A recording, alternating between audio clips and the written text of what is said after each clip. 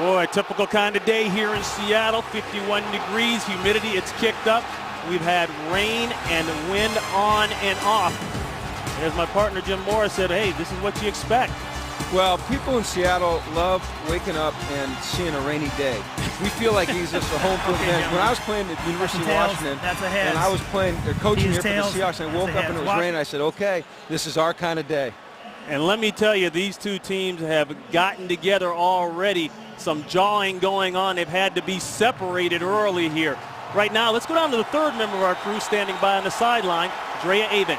Hi, Ronald. Tavares Jackson injured his pectoral muscle about a month and a half ago, but he's still dealing with the residual effects of that injury. It's 50% torn, according to Pete Carroll and Tavares himself. So he's working through that. It's continuously getting better. And he told me this past week was the first time in quite some time that he was able to throw 2 days in a practice week. But overall, he's still going to be slow to heal because he's going to be out there playing. But he told me, quote, I have to be out there playing. This is my last chance to be a starter in the NFL, and I have to do my best to show my fortitude, to show my toughness, and show my perseverance. So Ron out there, he's going to be taking drops, doing his best to make his future the best possible way. And right now, it's not even raining, it's clear. So we'll see what happens, guys. You know, in talking to Tavares on Friday, which was the first time, Ronnie, that I'd ever met the guy, I just gained a tremendous amount of respect for him. Number one, to be able to play through what he's playing through, which is a torn pec, says a ton about this kid, but he just has a maturity about him, a calmness, a presence, and I can see why people like him. And I mentioned the drama pre-game between these two teams. This is as the Washington Redskins were walking off the field after warm-up. Leon Washington getting into it. You saw Brandon Banks over there. This is a game that both teams need. As we mentioned, the Redskins on a 6-game losing streak. Thought they had a win last week at home against the Cowboys. The Seahawks are defending NFC West champions. They are slowly going down the tube if they don't get a win, thanks to the 49ers. Ronnie, you talk about the pregame activities there between two teams. They went out for the pregame toss and got into it again. The officials had to separate them and say, okay, enough of this toss, bring one guy out. Both teams are emotionally charged today and ready to play. This is a big game for two teams, one 3-7, one 4-6. But a win today by either team really sets them up for the future. Steven Hauschka will get us going. Brandon Banks, who almost broke a couple kicks last week, won't even have a chance on this one as it's kicked out of the end zone. So 1st and 10 for Rex Grossman. Grossman admitted yesterday that he had his best game as a Redskin last week in that loss to the Dallas Cowboys. He said he felt comfortable. You know, he was in a good state of mind yesterday for a guy that struggled this year, and I think it has to do with the fact that he did play well last week in a big game against the Dallas Cowboys. So he comes into this game with a lot of confidence, and he's got Santana Moss back. And that's a huge addition.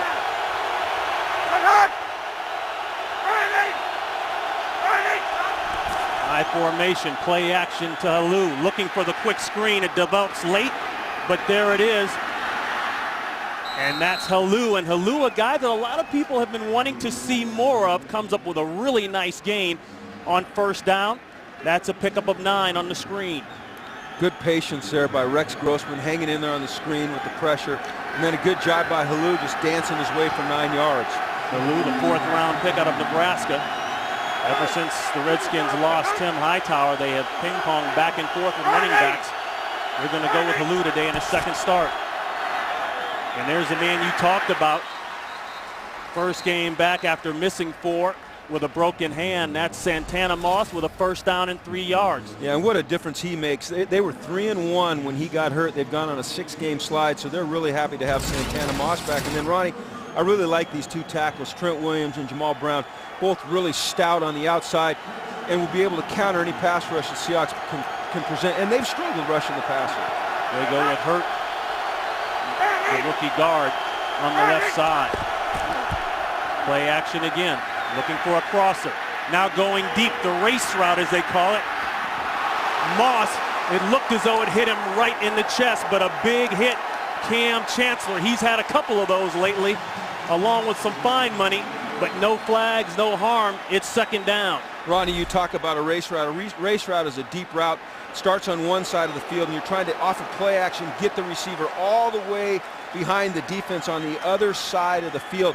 In talking to Gus Bradley, says this is how they're going to try to attack us. We play a lot of three-deep zone. When you play a lot of three-deep zone, you can expect the race route. 2nd and 10 toss. Halou going helmet to helmet, coming up hard and fast is Earl Thomas. Up front for the Seahawks. Keep your eye on Clemens.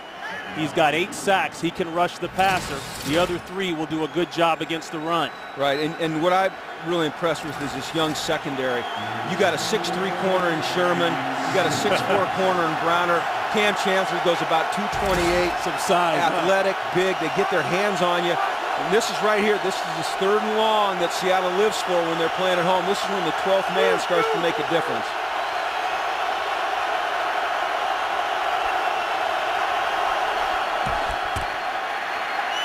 Throw over the middle, should have been picked off.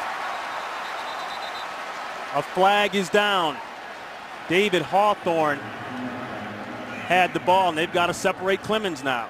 First call of the day for Clete Blakeman. Offense, 5-yard penalty, still 3rd down. And the Redskins don't get the playoff, delay a game. Well, that might work out to their advantage. At least they get another snap at it, but that puts them now in a 3rd and 14. Advantage Seahawks here. Now Seahawks have struggled to rush the passer, but at home, 3rd and 12 against a quarterback that struggled a little bit. Let's look for them to heat it up here. Watch these 2 defensive ends, Ronnie. Only 3 points scored on the opening possession all season. 3rd and 11. Watch these 2 guys. Looked like some confusion in the Seahawks secondary. Plenty of time for Grossman, but an errant throw looking for Moss, and a late flag.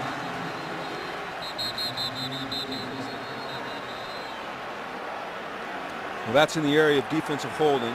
You see Stallworth's got his jersey pulled off. That indicates something to you, Ron. You think? Yeah. And Moss pleading the case. And then look at Moss's Holding. Defense, number 39. 5-yard penalty, automatic 1st down. Boy, big play there. Big penalty. Big against corner. the Seahawks, yeah. You know, sometimes when you're playing with these big corners, and watch Browner out here on the edge, on Stallworth, he's so good in bump and run, but when he gets into the area where he has to transition, and that's set your weight down and change direction, sometimes he gets a little bit handsy. If he can get his hands on a guy at the line of scrimmage within that 5 yards, he is really, really good. But when he's working down the field, sometimes that height is a little bit of a disadvantage in transition, and I think you saw it there. Seahawks come into this game with 96 overall penalties, 2nd most in the NFL. End around, fake. Looking deep again. There's a crosser. It's open. 1st down. That's Fred Davis. He flips the ball, and now he's going to get popped for an unsportsmanlike conduct. Both of these teams need to settle down, Ronnie. That's going to be a 15-yard penalty against the Redskins after a big gain. They've got to get their emotions in check here early. That kills your football team. You make a great play, your quarterback puts it on the spot, and then you drop the ball on the defender. Unsportsmanlike conduct. Offense, number 83. It's a 15-yard penalty from the end of the run. It'll be 1st down, Washington. You can't do that. You cannot do that. That is against the rules. You've got to be able to keep your emotions in check. You've got to play with passion. You've got to play with intensity, but you've also got to keep yourself under control. That's a nice play by Davis. A great throw by Grossman, and then just to drop the ball on your opponent. The league has made a concerted effort to promote sportsmanship. They come in every year in the offseason. They talk about what they want to see from the players on the field with regards to sportsmanship. And when that happens, you're going to get penalized. Paulson, the tight end, sets up in the backfield. Lead blocks. Great play. KJ Wright, the rookie, coming up and hammering that one. Wright, 4th round pick this year out of Mississippi State. Good player right there, Ron. He does a lot of things well. He can play all 3 linebacker positions. When you watch him on tape, you see a guy that doesn't look at all like a rookie in terms of his reading, his reacting, his dropping into coverage, his finding receivers. Really well coached by Kenny Norton Jr., who was a pretty darn good linebacker for the San Francisco 49ers and the Dallas Cowboys. This guy's got a lot of the qualities that Kenny had. A loss of 1 on the play. looking for the crosser, had to dump it down even shorter. He wanted to get Moss coming down the line at the first down marker. Instead, he checks it down to Halou for about 5. Well, this gets him into a 3rd and 6, which is a manageable down.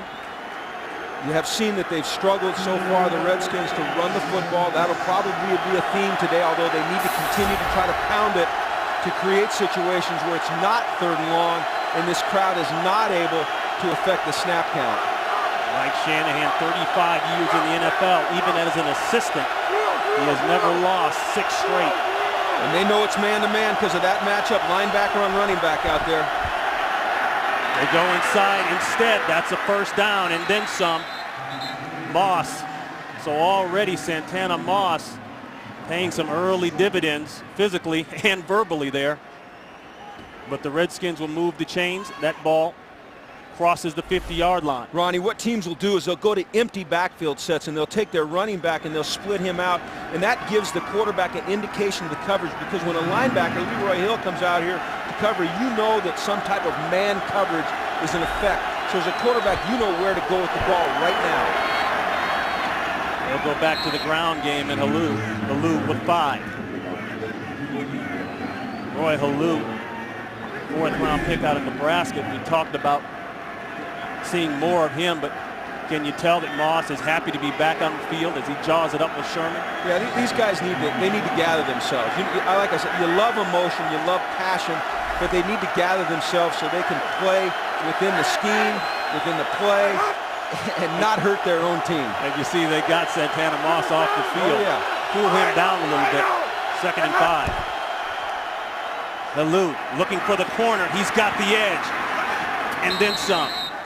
Hawthorne takes him out of bounds, but another nice run for Halou. If they can get their run game going, if the Redskins can get their run game going here, then that's going to open up what is already a very good play-action pass game. When you talk to Gus Bradley, the defensive coordinator for the Seattle Seahawks, his one concern was all the crossing routes that they run off of play-action. So far, in the last 6 games, the Redskins have really struggled to run the football. But the more success you have early running the football, the better you're going to be in the play-action game. That last play for 8, 11th play of the drive, they switch it up. Darrell Young will check in and get the quick pass. And back in comes Moss. Mike Shanahan told us yesterday it's good to have him back on the field, but I got to be careful how much I use him, how early I use him. Well, you look at their run pass selection so far, 7 passes, 4 runs, but productive in yards in both areas. And talking about Santana Moss, you want to have him back out there. You got to be careful that you don't overuse him this first game back. 2nd and 9, fake the Royster, fake the end around to Gaffney, wide open Davis again, and Davis inside the 10. He's still going, runs over a man, almost ran over a second man, and takes it down to the 2-yard line. Yeah, and leaves the ball on the ground this time instead of dropping it on a defender. Another crossing route off of play action, Ronnie. We know that's going to be the theme today for the Redskins. Get the run game going, draw the linebackers up, try to pull Cam Chancellor up, and try to hit some of those crossing routes in behind that first area of coverage, or that first line of coverage. And a timeout called by Shanahan. He's got to like the production. 31 yards by Davis, a first and goal at the 2. Today's game on Fox is sponsored by Southwest Airlines. Find our fares online only at southwest.com. So a first and goal for the Redskins after the Davis catch and run. The Redskins now trying to erase what thus far is only 3 points from their opening possessions. They've gone 15 games without a touchdown in their first drive, and this is a very salty Seattle defense down around the goal, and they get stingy, Ron, as you can see by that play there. Halou. You get the big Red Bryant in there, Brandon Mebane. They've got some big men inside. They've done a really nice job the last couple of years of bringing in some stout defensive players, and I really think it's helping, especially in areas of the field like this where teams want to try to run it right at you.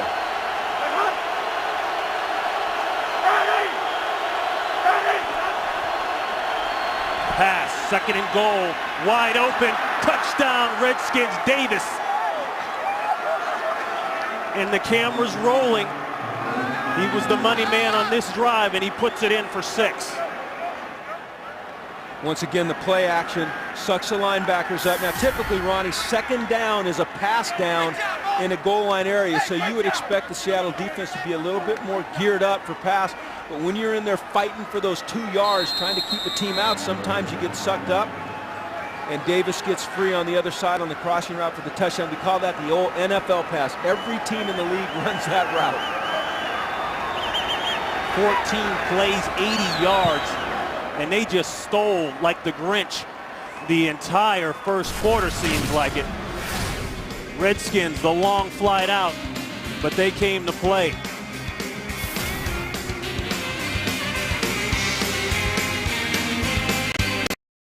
Today's game on Fox is sponsored by Bud Light, the official beer sponsor of the NFL. Here we go. A year ago tomorrow was the last time the Redskins had 6 points on an opening drive. Well, that's got to feel good for him today, because that is a long drought, Ronnie. Fred Davis, 2-yard touchdown catch. He's got 3 on the year, and starting the game a little bit better than he started last week when he fumbled early in the first quarter against Dallas. A very dangerous return man, Leon Washington, and Washington out to the 34-yard line. Terrence Austin saved big yards.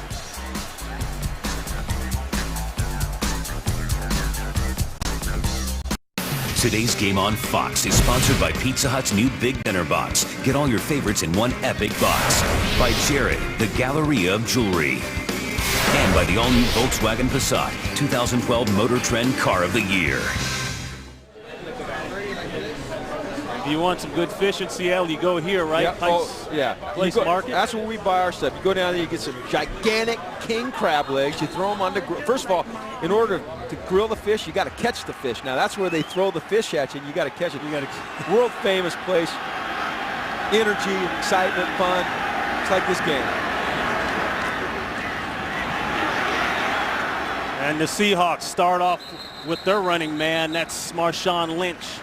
London Fletcher is there, and Grossman on that drive, 8 of 9, 79 yards. Hard to be much better than that. No, that was a very efficient drive for him. 3 balls to Davis for 53 yards and the touchdown. Tavares Jackson, we already talked about his pectoral injury, is throwing back the right side there, 50% torn. So that's why you're probably going to see a lot of this early. That's Lynch, and Lynch bangs it through, and that's a first down. Well, Ronnie, early in the season, they really struggled to run the football. Well, the last 3 games, Marshawn Lynch is averaging over 110 yards a game. He's back into beast mode. And you look at those first 2 plays right there, sitting in the box here, you can sense that this guy is running angry and he's running hard. McCoy brings him down, but he picked up 10 the first. Empty backfield, quick throw. With the wide receiver screen. Maybe for 3, that's Sidney Rice. A look at the backs and receivers. We talked about Jackson's injury. You'll see a lot of Lynch because of that. Mike Williams caught a reverse throw pass from Rice on the first play of the game last week against the Rams. Yeah, and what their right side of their offensive line has been in flux all year. They've struggled up front just to have consistency. Too many guys getting hurt. But their offensive line coach, Tom Cable, has just done a tremendous job. And I think the reason that they've had success running the ball the last 3 weeks is they're finally figuring out this scheme, this zone scheme that Tom Cable coaches so well. And you'll just see them get better and better and better running the football. Rice limping off there. He's been bothered by a bad knee. We'll have to check on his condition. 2nd down, 7. First throw for Jackson. Pressure. He's out of the pocket. Landry chasing him. He throws it away, tried to, but didn't quite get enough on it. D'Angelo Hall almost had a pick. Well, the problem there is that Mike Williams needs to continue to work back to that football. And at the end of that play, Jackson said, hey, Mike, keep coming back to the football. He's anticipating when he rolls out of the pocket. They call that a scramble drill. you're anticipating the receivers to react a certain way. The receiver on the sideline to the side that you're scrambling is supposed to work right back down the sideline, and Mike Williams didn't do that, and that's why it was almost intercepted. Justin Forsett checks in the backfield on a 3rd and 7.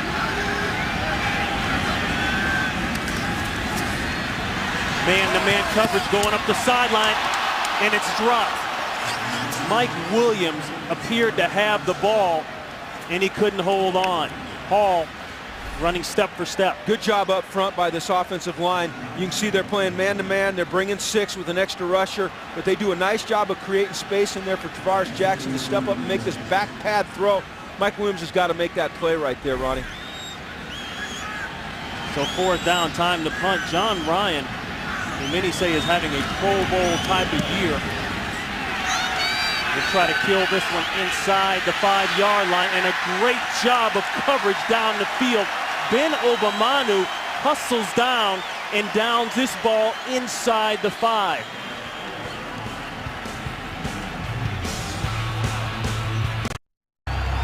Normally when you're going against a gunner like Ben Obamanu, you have a second guy out there, that stick figure. When you just have him singled up outside, he's such a good player on the outside that it's tough to hold him up, and he goes down and makes an excellent play off of a great punt by John Ryan, who Ronnie mentioned is having an outstanding year, probably a Pro Bowl year, Ronnie. Was that your son Trey's artwork right there? I love that.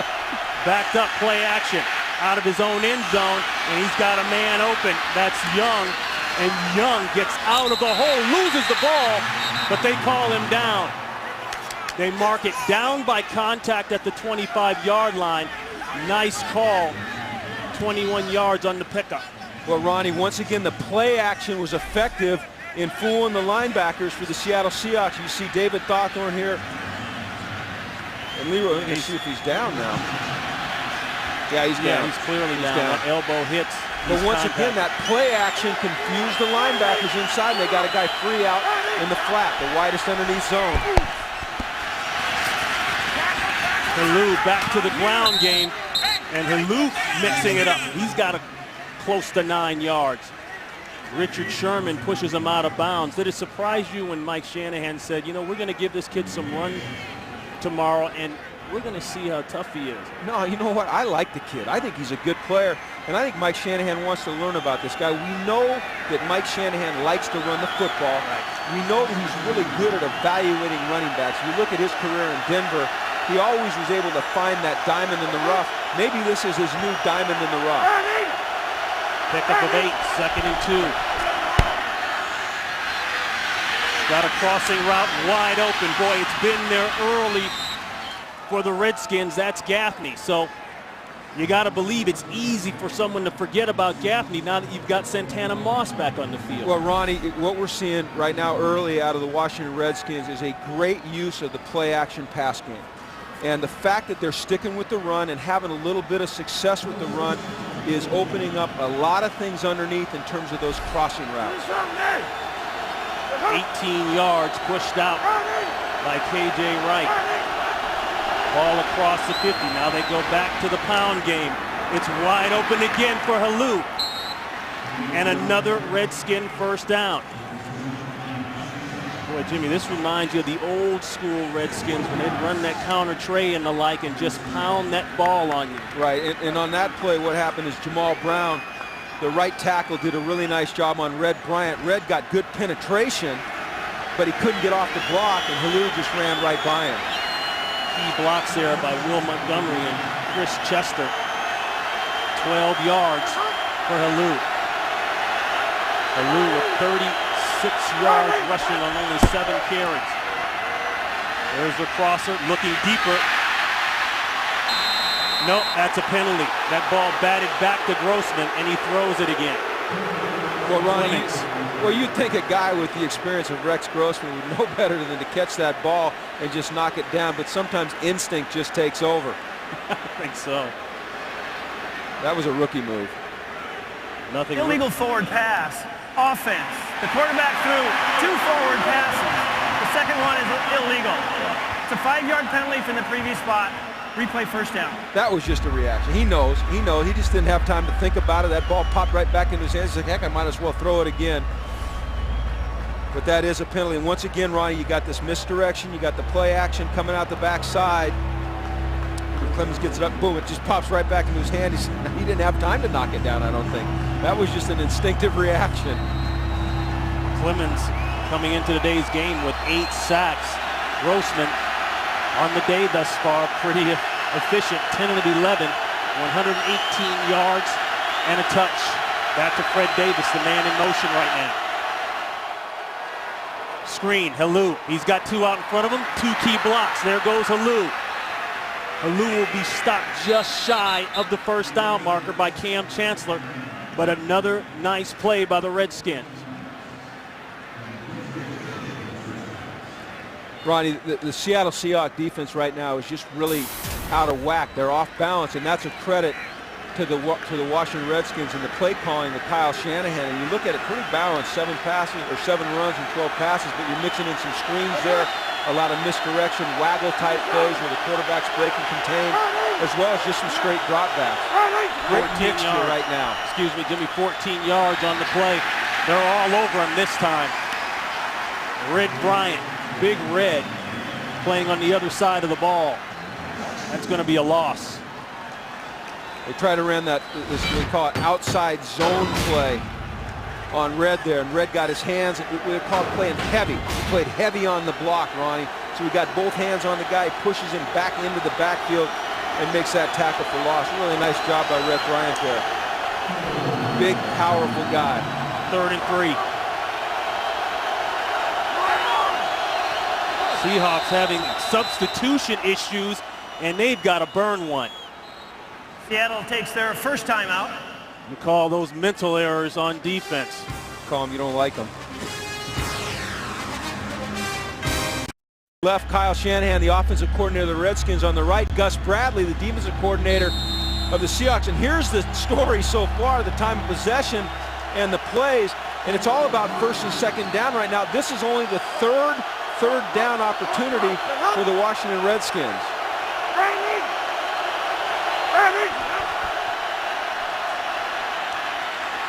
Knocked away. Great defense there by Thomas. But a flag is down. Intended for Santana Moss.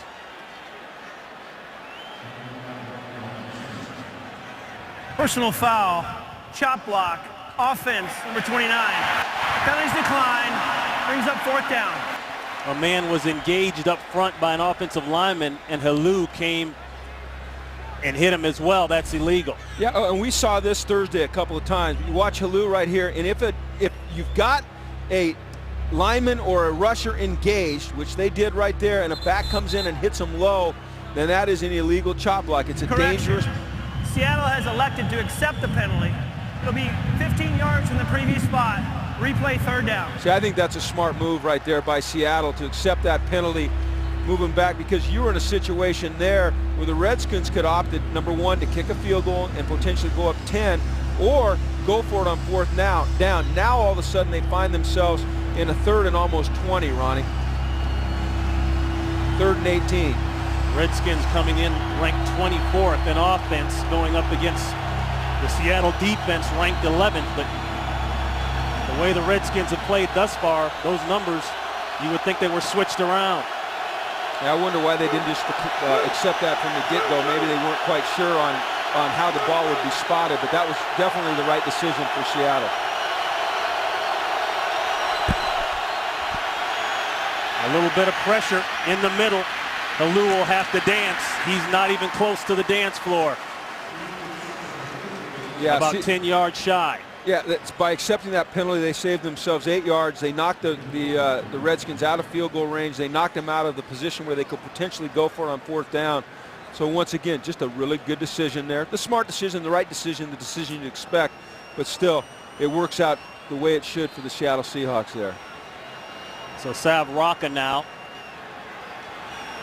standing at about the 46-yard line. We'll try to kill this one inside the 10.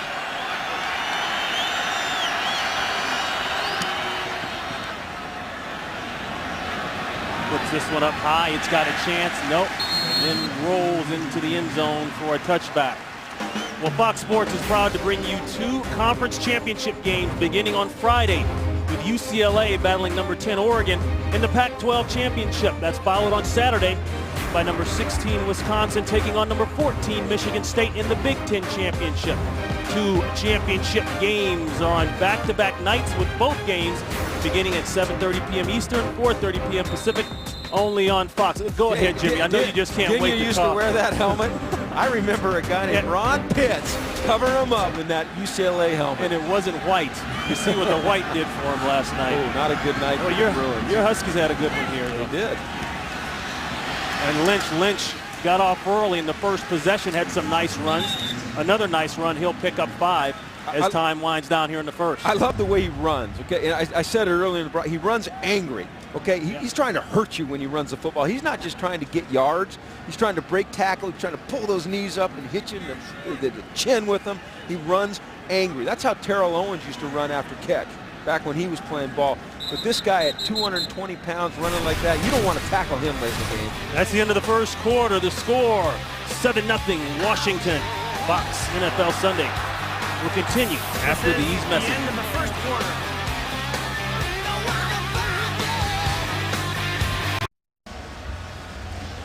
We see Rex Grossman looking over the pictures with Kyle Shanahan. This is an impressive first quarter statistically for the Redskins. Of course, they'd like to have more than just those 7 points to show for it. They had that critical 3rd down chop block that knocked them out of field goal position.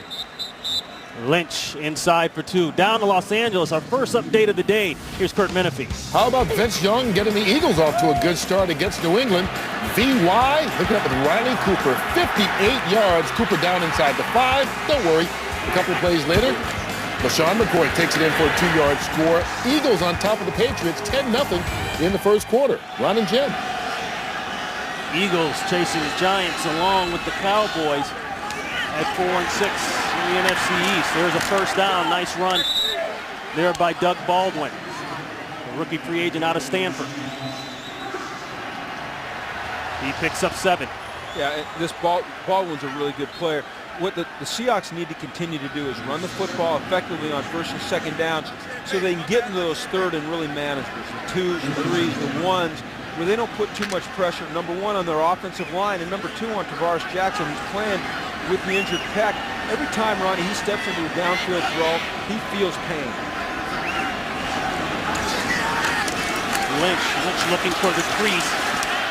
Can't quite get outside. Nice scrape on the play on the pickup of 5 by the Redskins. He still gets a hard 4 yards there, Ronnie.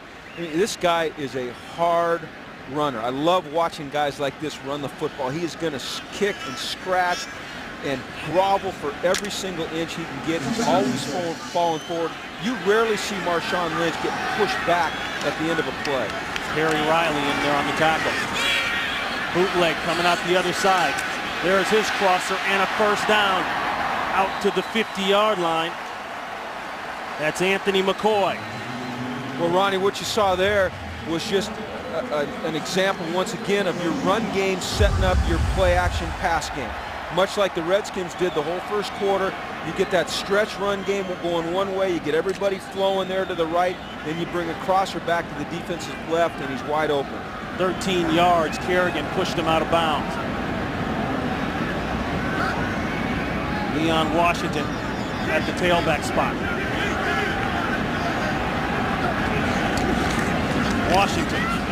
Washington, no place to go. Fletcher is there along with Dowdy, a pickup of 1. If you're going to stop this zone run scheme, Ronnie, this stretch scheme, you need penetration up front. And what happened there is the Redskins were able to get penetration.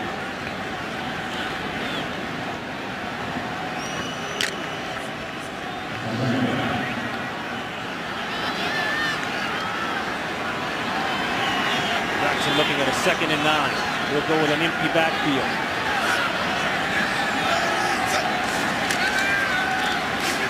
Quick throw. In and out of the hands of Zach Miller. We've talked about Tavares Jackson playing with the torn pectoral. We're talking about right here, the right side, his throwing arm, his pec muscle right here has got a tear on 50% of it. So every time, look at the torque here that he's putting on that part of his body every time he tries to throw the football. You've got amazing amount of respect for him and his ability to try to play through that pain. Ronnie, was that your body that they peeled the skin off of that 8-pack looked like yours? Trust me, that was not mine. 3rd and 9. The long sail out, and it's covered nicely. Ball in the air a long time, intended for Baldwin. But Josh Wilson, the former Seahawk, he's all over it. 3 years here as a Seahawk, and that'll bring up 4th down. Ronnie, what you're going to see here, and this is what's really tough for Tavares Jackson, is if he can't set his feet and step into a throw with perfect mechanics, then because of the loss of strength in that pec, he's going to have trouble making those throws. You saw him there having to throw off his back foot a little bit, just couldn't get the velocity on the ball that he wanted to get on it. Ryan doesn't get the spin he wants on this one. Banks leaves it alone. It rolls out at about the 23-yard line. These guys still mixing it up down there. 7-0 game early here in the 2nd quarter. Today's game is sponsored by Chevrolet and their award-winning cars, trucks, and crossovers. By Citizen Echo Drive, fueled by light, it never needs a battery. Unstoppable. And by Verizon, your holiday tablet destination. Hey, is that your boat out there? That's Captain Sig's boat from The Deadliest Catch. He's out shrimping, crabbing.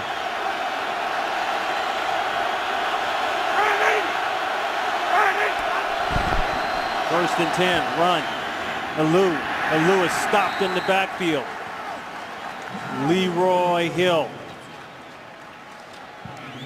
Well, Fox Monday is all about drama first. Television's biggest adventure is just getting started. Don't miss an all-new Terra Nova.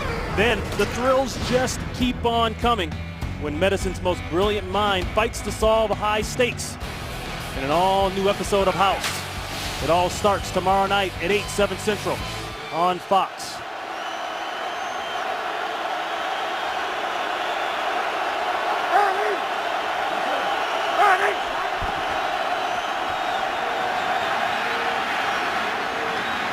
Second and 10, picked off. Browner takes it down to the 20-yard line. So Grossman had been working on 10 straight completions, and then he serves it up. That ball intended for Jabbar Gaffney. Ronnie, this is where that length we were talking about, the big corner. Browner at 6'4", squat. Oh, he gets away with a little push there, but watch him go up and elongate and just reach out and snatch that ball out of the air. That's why Pete Carroll likes those big corners. 2nd interception of the year for Browner. He took one back 94 yards for a touchdown week 5 against the Giants.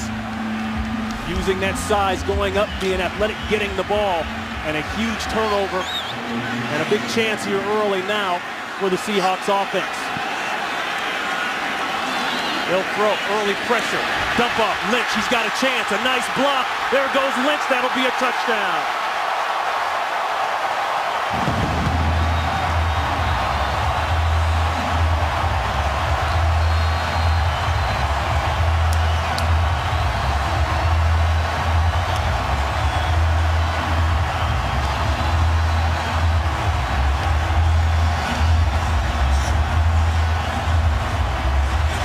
McQuiston with the key block on LaRon Landry, 20 yards and the touch.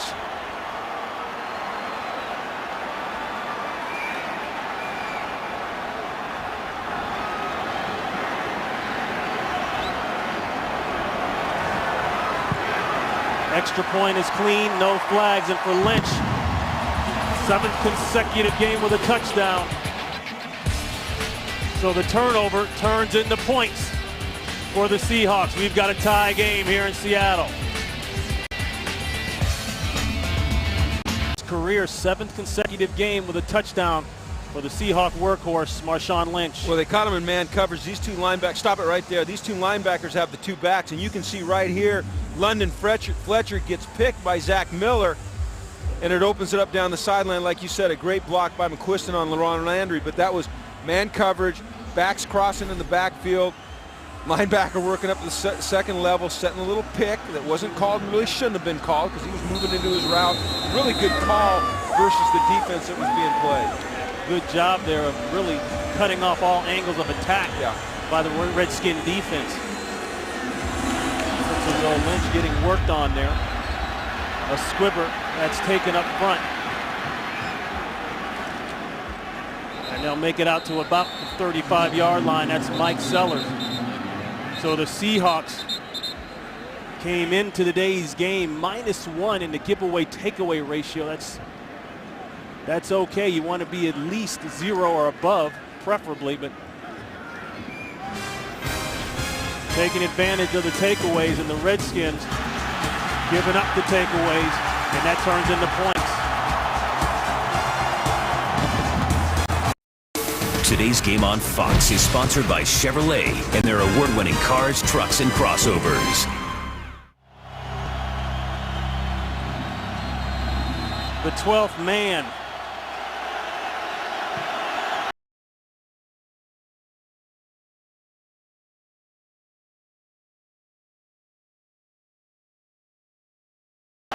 Back to the play action, the half roll, and it's complete. Jabbar Gaffney, and Gaffney with a nice pickup and a first down. Ron Pitts, Jim Moore, we talked about the opening possession for the Redskins, finally getting that only 3 points in the first possession monkey off of their back. But then they have the mistakes, and those mistakes will cost you in this league. Yeah, Ron, if you look at this game, you'd say the Redskins are outperforming, or outplaying the Seattle Seahawks, but they have the chop block that takes them out of field goal range. And then you've got the key interception that leads to the 7-point touchdown by the Seahawks. And when you're on the road, no matter how well you're playing, you cannot afford those critical errors. We give to Halou. Halou still going, churning the feet. It looked as though he was going to be stopped at about the line of scrimmage, but he's able to get 2 or 3 out of it. They'll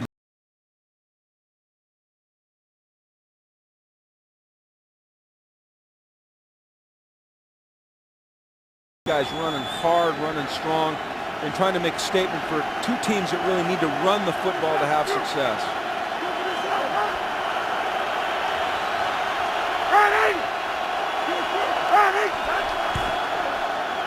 Halou trying the left side. It's wide open. And Halou with a nice run and a first down. Works inside the 35-yard line, a pickup of 10. A key block there by Trent Williams. Well, this is music to Mike Shanahan's ears because we know he loves to run the football. Watch Stallworth on the outside on Browner. Watch Moss on the inside on Lewis. Both good blocks downfield. Not physical blocks, but good position blocks on defensive backs to get Halou that extra little yardage. Halou's got to stay on his feet. Don't let his own teammate make the tackle. Stallworth knocked him down there. Halou on the right side, straight ahead for a couple. Down to L.A., Kurt Menefee with an update. But when a quarterback and a receiver are simpatico, there's nothing quite like it. Watch Brady point, tell Branch where to go, and Deion Branch, the former Seahawk, takes it 63 yards. He gets down to the 1-yard line. Then Jarvis Green Ellis scored a play later, his second touchdown. On the Patriots, once down 10-0, now lead it 14-10. Ron and Jim. You talk about the simpatico there between those guys. Well, Deion Branch was here when I was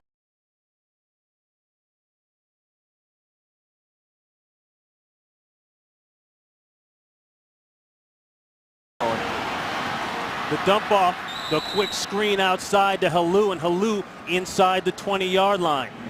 Brought down by Raheem Brock, but another nice pickup in chunks, and this is something we haven't seen out of the Redskins offense in quite a while. That was 11 yards. No, chunks in the run, chunks in the pass game, and Halou, you know, Mike Shanahan alluded to the fact that he was going to be the workhorse today. Ronnie, he already has 17 touches. He has 12 rushing attempts, 5 catches. He wasn't kidding about using this guy and wearing him out. And trying to see how tough he is. Well, I think he's beginning to get an answer. Royster checks in now for Halou. He goes straight ahead, not much there. Pep Livingston is there along with 3 others, a pickup of 3. Seahawks have been very, very stout in the red zone this year. What's important here for the Redskins is they get something out of this drive, because this has been another efficient drive for them. This is their third very efficient drive. Of course, their second efficient drive, ended with the chop block that took them out of field goal range. I'm not saying not to be aggressive, all right? Continue to attack, but be careful with the football.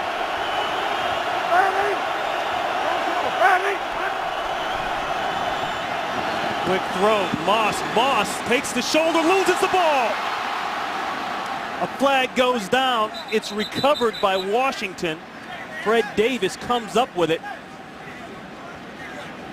But a stiff shoulder to Moss as he turned upfield. Lost the ball and they got it back. Personal foul, grabbing the face mask. Defense, number 50. Penalty is half the distance to the goal line. First down. That's the rookie, KJ Wright.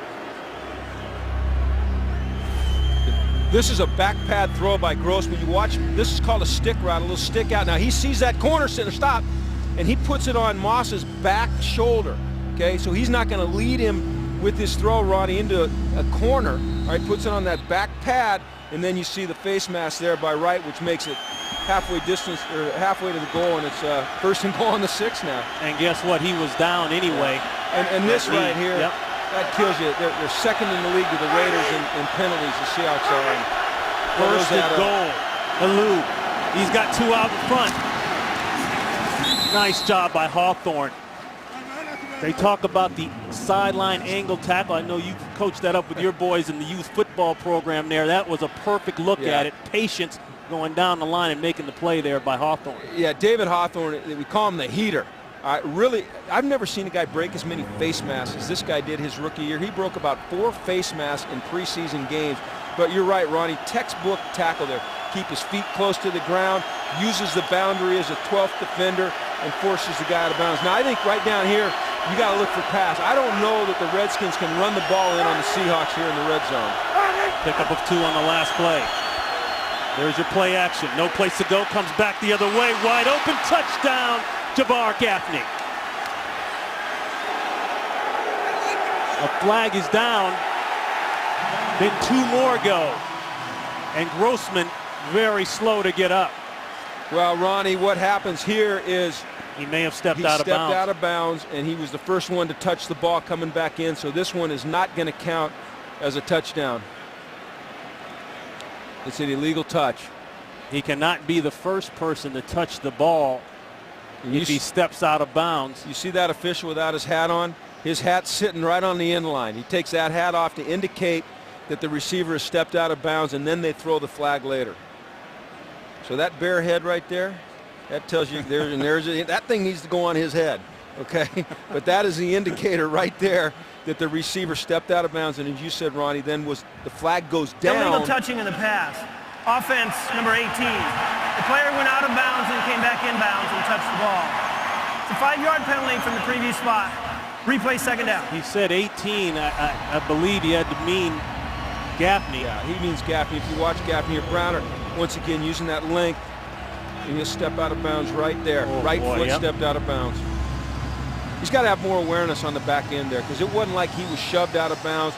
He's got to have a little bit more awareness of where that end line is.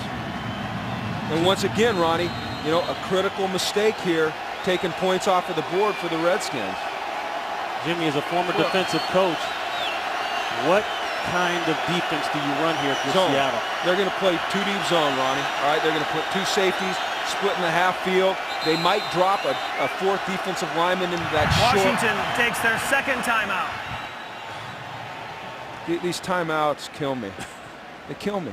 So we'll look for zone coming back from Seattle. Touchdown wiped out.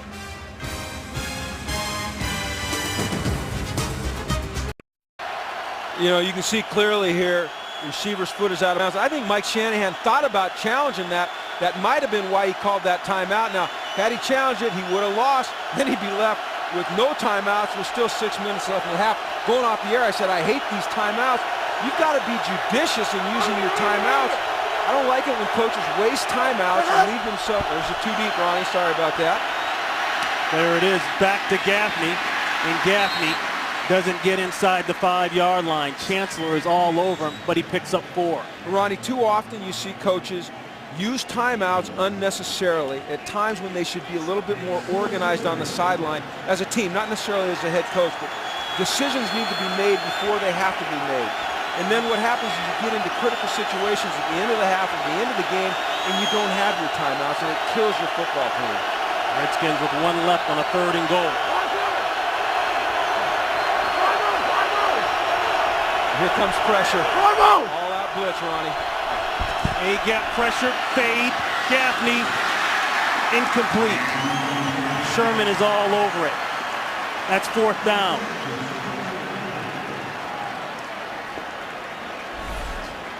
Once again, Ronnie, you talked about A-gap pressure. That's the gap between the guards and the center. And it's going to be hard to throw fades and complete them against these big Seattle corners. Sherman goes 6'3" there, and he's got long arms, about 34-inch arms. Look at those arms, okay? It's tough to throw a fade on a guy that looks like that. 23 yards out for Gano now. He missed 2 against Dallas, 1 in overtime. They could have won it, and that one's blocked. Red Bryant with his 3rd blocked field goal of the year.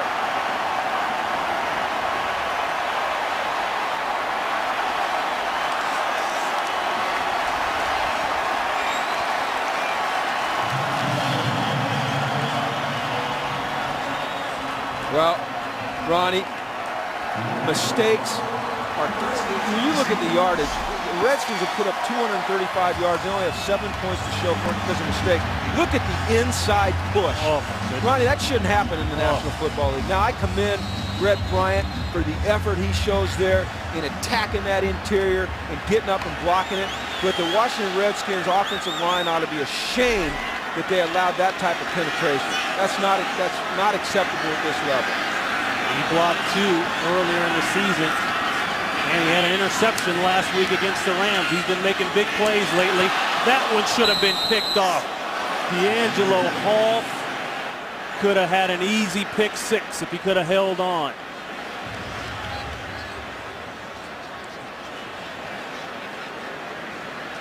Boy, I just don't believe that Jackson's arm is right. No, he's hurting.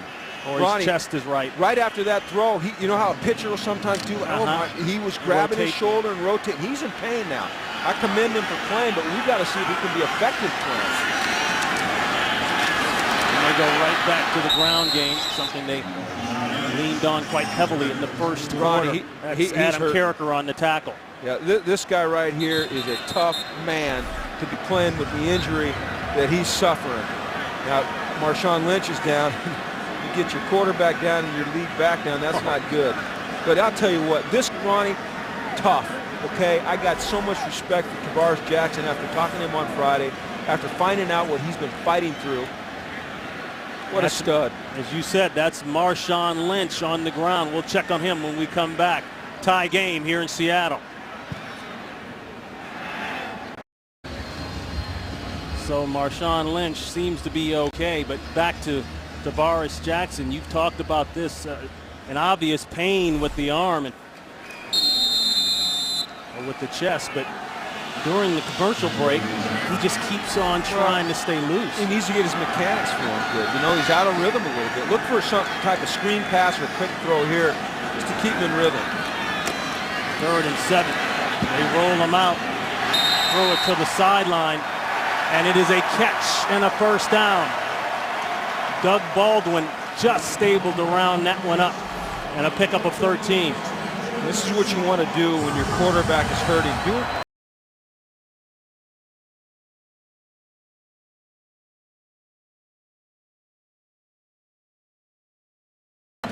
You know, rather than dropping back, stepping up, and having to fire a shot down the field. He can generate momentum on the run. He generates momentum on the run.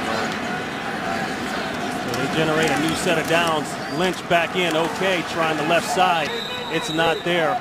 Arakpo jumping up, pumping the fists, because he helped stop that whole thing up, a pickup of 1. Yeah, he did a good job. And what you're seeing, the reason that the Redskins are having some success against that outside zone play, that little stretch play where they try to get the edge, is that every day in practice they play against the same scheme. you know, the same, they run the stretch play, they run the zone play offensively with the Redskins, so they're used to seeing this up front in terms of the Redskins defense. Straight ahead, 2nd and 9. Lynch going helmet to helmet, head to head with Otagwe. He'll be just shy of 3 or so of the first. Let's go to Los Angeles and Kurt Menefee in an update. Bears and Raiders, Caleb Haney getting the start, of course, for the injured Jake Cutler. Hooking up with Johnny Knox. Gives Caleb Haney his first regular season touchdown pass, and it puts the Bears on top of the Raiders 7-6 late in the second quarter. Ron and Jim.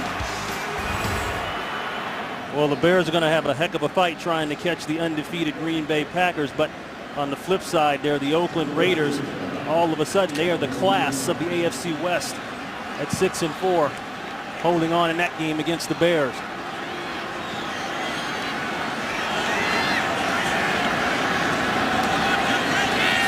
Third down and 3, quick throw. Baldwin with another Seahawk first down. A pickup of 4. There's a reason they call Marshawn Lynch the Beast, Ronnie. Watch him here drop his head. Boom. Right over O.J. Otagwe, who actually made the tackle, but boy, he felt it. When your butt hit first, or your back hits first, and your defensive back tackling, you know what? On Mondays in the film session, you take a little heat from your teammates. What do they say? Those open field tackles aren't pretty. Just get the man down. And boy, helmets coming off. Lynch just putting it down, downshifting, and trying to truck people. Plenty of trash being talked on this one today. Maybe it's the turkey. Too much. Well, that's 5 yards for Lynch as we head toward the 2-minute warning. Looks like that's Pepe a new Le look Pew. there. Hall going down to the boos of the crowd, grabbing the hamstring. And of course, D'Angelo Hall in the papers this week came out after that loss to Dallas, said, I'm playing terrible, I deserve to be cut. Well, a lot of his teammates, several players from around the NFL, guys like Ben Roethlisberger called him and said, hey, wait a minute, man, you're better than that. But that was just his way of saying, listen, I am a leader, I wear the C on my pads, and I expect more from myself. You know, he's had the problems covering Des Bryant when they play the Cowboys, and it always seems to come back and bite him in a crucial time in the game like last week. Well, a lot of people have trouble covering Des Bryant, but you watch the replay here with D'Angelo, he gets caught up on Robinson there, he can't get off.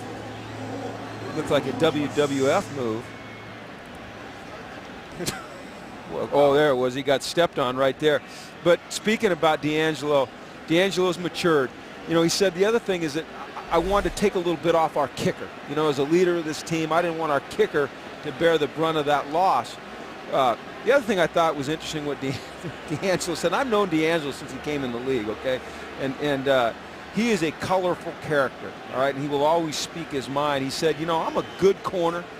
He says, but I'm a really good football player. And the way he put it was a little more colorful than I can put it here on television. Well, next week it's Fox and doubleheader action. It all starts with the Broncos and the Vikings, the Falcons and the Texans, or the Panthers taking on the Buccaneers. Then in America's Game of the Week, you'll see one of the three. The Packers taking on the Giants. That's Aaron Rodgers, who seems almost unstoppable right now, taking on the Giants and Eli Manning. The Rams and the 49ers, or the Cowboys taking on the Cardinals. It all starts with the Built Ford Tough Fox NFL Sunday pregame show at noon Eastern, 9 a.m. Pacific. All right here for you next week on Fox, and some quick injury updates for the Redskins as we see. 2-minute warning. D'Angelo walking off the field. LaRon Landry, groin injury. His return is questionable. Tied up here in Seattle.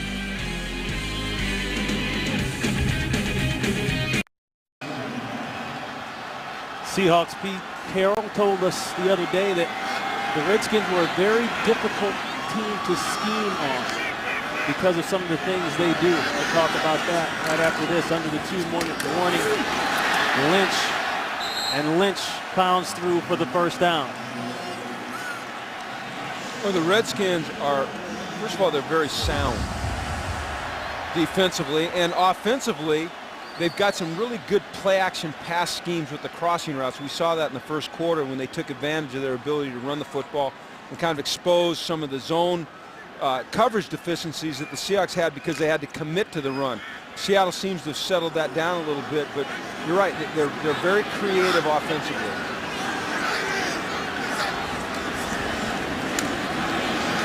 They draw the pressure, look like a hold in the backfield, and I think they're going to call it. A flag goes down as that ball is intended for Washington. Marshawn Lynch, I think, got a little jersey.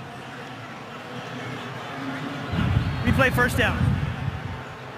You know, every time Tavares Jackson throws the football, after he throws it, he does it a little adjustment with his shoulder. You know, I don't think that we can really appreciate how uncomfortable it is for him right now to be playing football, and how uncomfortable it is for him to throw the football. And the fact, and I'm probably worn this out, but the fact that he's in there and he's fighting and he's competing for his team just speaks volumes about his character. It's why he's so well respected in that locker room. Those players love him, and they will fight their tails off. First and 20 after the hold. The check down, and it's incomplete. And to pick up more on that note there, Jimmy, remember, this is a guy that was 4 years with the Minnesota Vikings. He played behind Brett Favre there the last couple years, not able to get out of that shadow.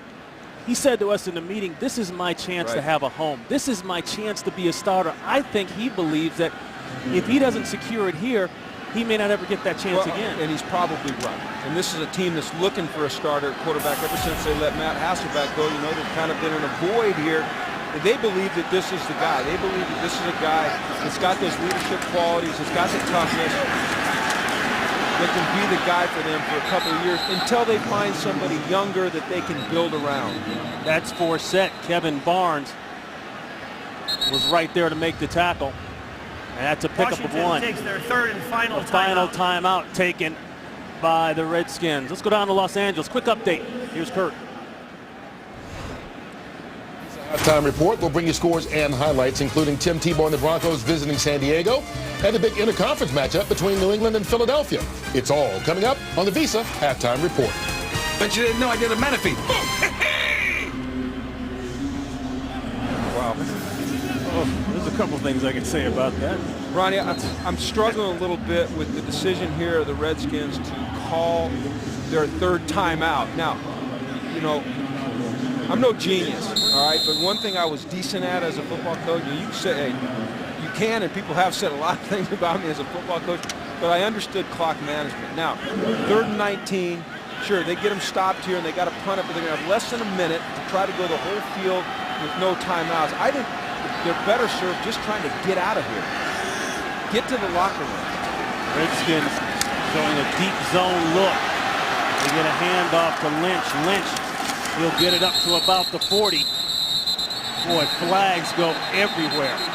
These two teams started off before they even finished pregame warm-up, and it has continued through the second quarter.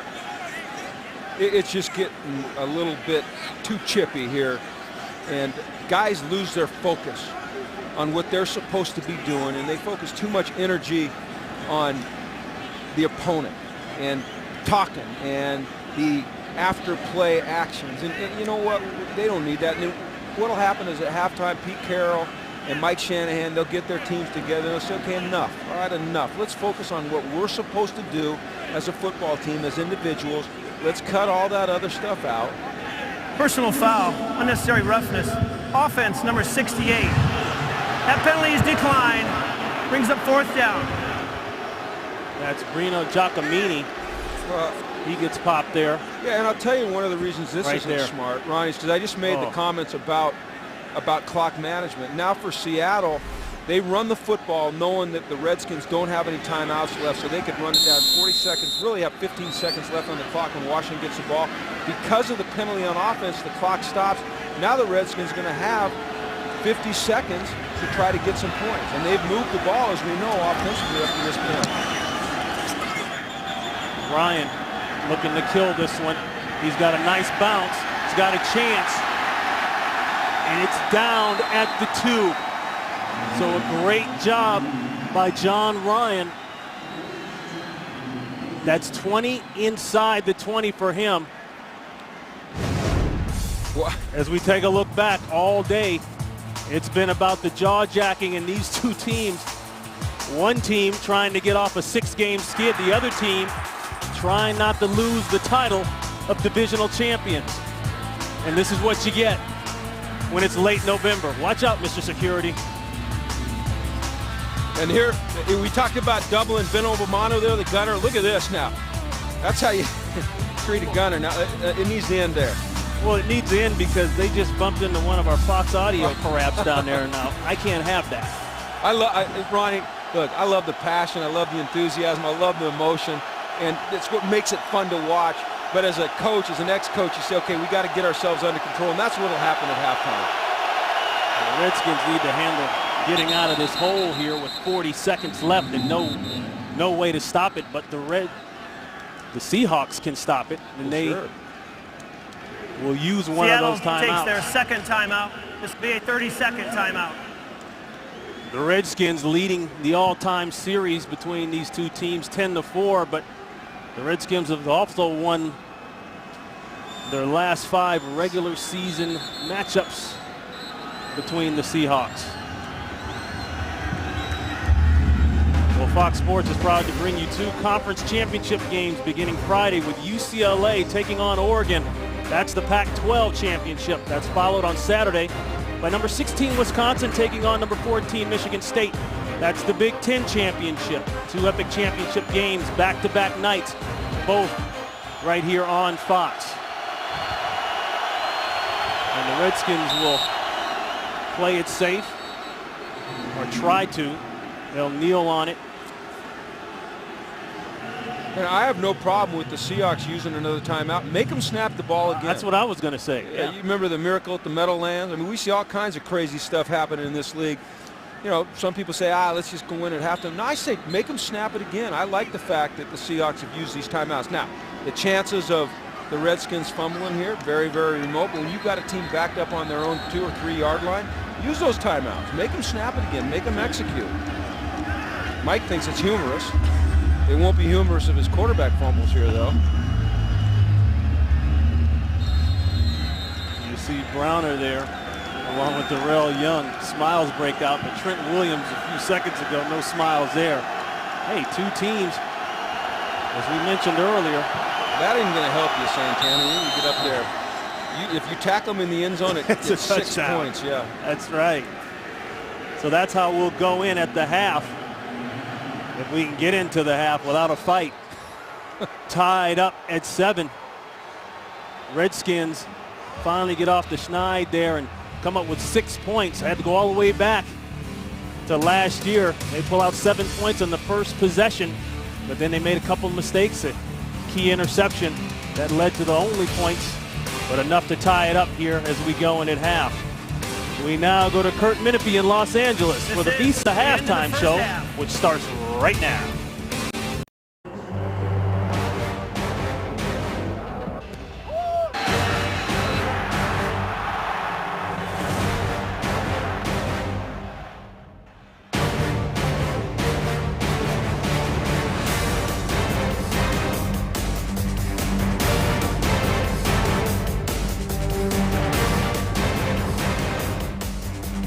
Don't forget to follow your favorite NFL team all season long. Go to itunes.com/NFL. Ron Pitts along with Jim Mora here in Seattle. A great start by the Washington Redskins, especially Rex Grossman. Maybe his best start as a Redskin in the first half at least. But then the crucial turnover and a big play there, a couple big plays by Seattle. We've got a tie game as a result. Yeah, and you know, if you think about this game and what's happened, it's mistakes by Washington that have allowed Seattle to stay in this game and keep it tied at 7-7. You go back and you look at the chop block when they're in field goal range. Right. Okay, then you look at the interception that led to the touchdown. And then you got a receiver that's wide open in the end zone and he steps out of bounds on what would be a touchdown. And then Red Bryant blocks a field goal. So as effective as the Redskins have been moving the football, it's mistakes on their own part that have enabled them from scoring points. And it's 7-7. Quick look at the first half numbers included on that Redskins side as we talked about. Grossman 16 of 19, 175. 1 touchdown, and of course the 1 interception. Halou started off hot running the football, and they pumped it to him quite a bit. 13 carries, 55 yards, 4.2 per carry, but of course, so did they, same thing on the other side with Marshawn Lynch. Right. Lynch able to get it going. Well, those are the two guys that we need to watch here in the second half. Lynch for Seattle, because I think Travaris Jackson's really hurting right now, Ronnie. Every time he throws the ball, he kind of has to readjust his pec muscle there. And then Halou, you know, towards the end of that first half, he wasn't involved as he was earlier in the game when he was really having an impact. But still, he's got 13 carries for 55 yards. He's got 5 catches for 45 yards. That's a good day, but they need to get him going again early in the second half. Gano kicking off to Washington. Washington 2 yards deep. He had a big lane his last return. Washington out to midfield. Byron Westbrook may have saved the touchdown. 51 yards on the return. Great field position. Yeah, every time you kick it to this guy, you're taking a chance that he's going to get a big return, if not a touchdown. But really a nice job there, just being patient and finding his lane and then making the cut there. And this guy is so explosive, Ronnie, and he combines that explosiveness with a real patience in running the football, and he lets things open up. He doesn't try to press it up in there too fast. He lets the floor open, and then boom, he gets through it. 55 yards, his longest kick return of the season. Movement on the right side of the Seahawks. This has been a start. Offense, number 68. 5-yard penalty, still first down. Let's go down to Dre Avent. Hi, Ron. Well, I talked to Coach Shanahan about the successful way the run game is setting up the play-action passing game, and he says they're going to continue to implement that moving forward, but he wants his guys to have a cooler head. He said, we're getting too excited out there. We need to calm down, get more out of drives. We need to do better in the red zone. As far as Coach Carroll is concerned, he said he liked the energy increase from the first quarter to the second quarter on both sides of the ball. He wants to see that continue to progress, but he also said that they need to do a better job on pass defense and, of course, on just doing better overall on down and distance, getting more out of drives moving forward. Ron? Well, both coaches hit it. You know, it's about playing with emotion, playing with passion, but still staying in control. And these are 2 veteran coaches, and they know how to manage their teams. And I think in the second half, we'll see things settle down in terms of the chippiness, but we'll see good football.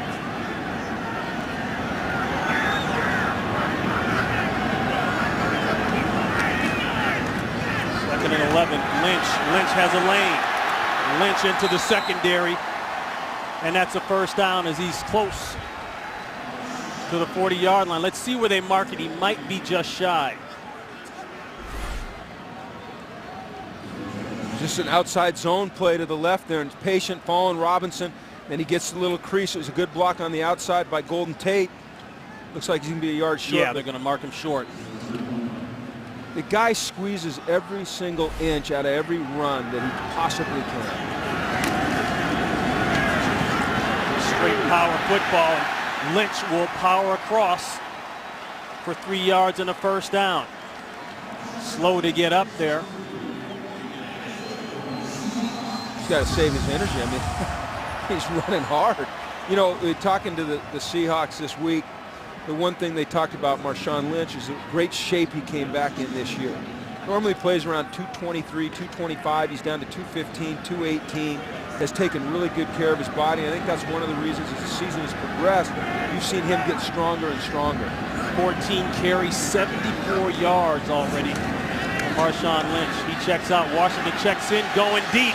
That's covered, and covered nicely. Nice job there by D'Angelo Hall, working on the taller Mike Williams, and that's proof that when you know how to play it, doesn't matter if a guy's taller than you.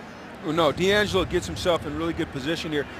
It's good to see Travaris drop back and air it out, because he's got to prove that he can, but you watch D'Angelo Hall in perfect position on Williams, goes up and makes the play, just stays on his outside leverage, uses his inside help, gauges where the ball is and goes up and make a play on it. You'll see a lot of corners that can get themselves in position to make a play, but the really good ones make the play at the ball, just like D'Angelo did there. 5'10", working on 6'5". He shuts him down. Another quick throw, and that's completed. Looks like Jackson's kind of got that pop back in his throw. That's complete to Ben Obamanu. Yeah, call that a little spot pass. You're just trying to find the hole in the zone. It's an easy throw. It's a quick throw. It's an easy decision to make, and those are the kind of throws that you want to get him making right now. Get his confidence up. Get him feeling good about his arm, his pec. And you can't just run the ball every single down, no matter how good Marshawn Lynch is. This is a 3rd and 3. Watch for right here, Forsett coming out of the backfield man-to-man. Baldwin trying to signal something to Rice, and he almost signaled an interception. Should have been caught. The former Seahawk Wilson had it and was gone. And boy, the hardest thing in that situation when you know you've got to pick is just to remember, catch it first, then run second. Yeah, obvious miscommunication there. And I'll tell you what happened there is that Tavares Jackson saw 2 deep zones. So he saw a hard corner sitting out in the flat, and he was trying to throw that ball on that back pad. He didn't want to lead his receiver. Right now, the Seahawks are missing 2 guys here. It's going to be tough to kick a field goal without 2 wings. Yeah, you can't really play with 9. Maybe 10, but not 9. And you got to burn a timeout. Because the play clock is running low. Seattle takes their first timeout. Oh, boy. And in a game like this, that timeout may just come back to haunt you big time. A 51-yarder coming up from Hauschka. Today's game on Fox is sponsored by Southwest Airlines. Find our fares online only at southwest.com. By USAA, proudly serving the financial needs of the military, veterans, and their families. By Dodge. And by Bud Light, the official beer sponsor of the NFL. Here we go.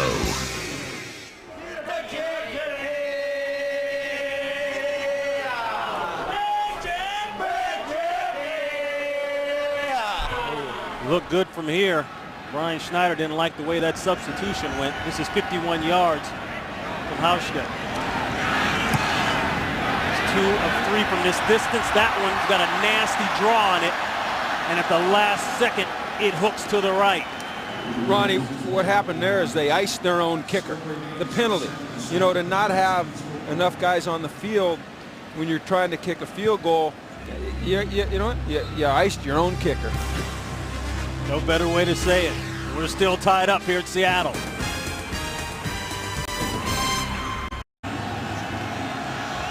So the Redskins will begin their first possession of the second half. Looking deep. It's triple covered and underthrown and picked off. Richard Sherman with his 2nd interception of the season. And he tried to force that one to Santana Moss and didn't get enough on it. Well, this has been the downfall of Rex Grossman as it's the interception. That makes 6 of his last 11 starts for the Skins that he's had 2 or more interceptions in a game, Ronnie, and that was just a very ill-advised throw.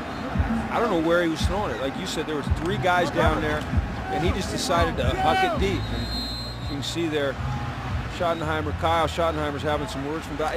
That doesn't make sense for a veteran quarterback to make that type of throw. It's probably why you see John Beck in there every once in a while. Kyle Shanahan saying, hey, listen, we can't do that. That was interception number 15 on the season. As the Seahawks go right back to the run game. And coincidentally, the Seahawks on defense have only allowed 20 third-quarter points. That's the fewest in the NFL. When you watch that replay there, Santana Moss, he didn't expect the ball to be thrown. He slowed down. He didn't look back until late. He says, I'm covered up. Why would he throw it to me? So just a poor decision. Good play there by Chancellor, but just a poor decision once again by Grossman. Not a poor throw, a poor decision. There's a difference, isn't there? There is a difference, yeah. One's physical and the other one, you shouldn't even let it out of your hand in the first place. Not when you're a veteran. 2nd and 6 throw. That one on the money, and it's dropped. Rice shaken up early in this game. He can't hold on to that one. Now he's slow to get up. Very slow to get up. That's going to bring up a... He might have taken a shot there to the head, yeah. Ronnie.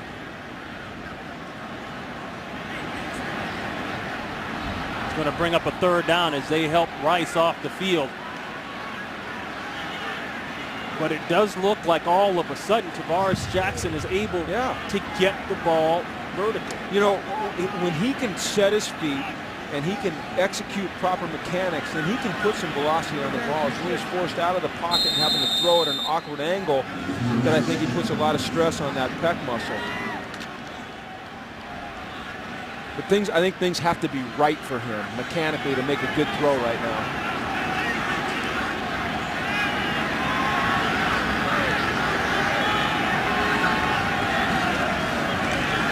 Pressure gets rid of it, but it's well out of bounds. A flag is down. That in the backfield looks like.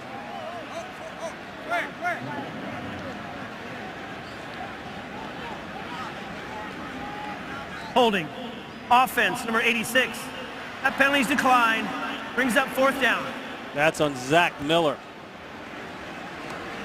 You'd like to have Zach Miller out in the route rather than protecting, but they've had some protection issues. Let's go back to the hit on Sidney Rice and see what happens here. He lays out. Looks like his head just hits the turf.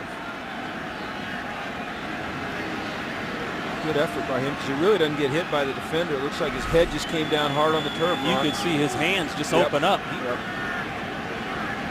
Turf made him lose the ball.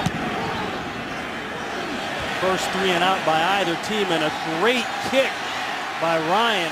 It sends Bank all the way inside the 10-yard line. Banks with a nice return. You're going to get a push in the back, though. Most likely we'll get Terrence Austin. That ball, or that flag came out inside the 10-yard line. Great punt by Ryan, flipping field position. Listen, Stallworth, I don't know what Stallworth's arguing about. Either he didn't see it or he doesn't know the rules, because that was an obvious block in the back. Negates a pretty good return. 67 yards on the punt by Ryan, as we said earlier. During the return, illegal block in the back. Return team number 18. Penalties half the distance to the goal line.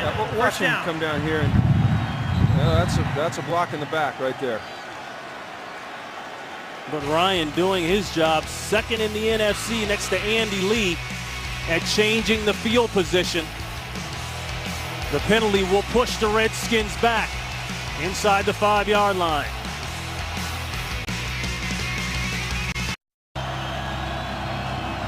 The 12th man is looking more and more like the 22nd man or 32nd man. They are up and loud now as the Redskins are backed up. Ball spotted at the 4. Saw Steve Largent there cheering on his team. Number 80. Power play left side. They'll lose.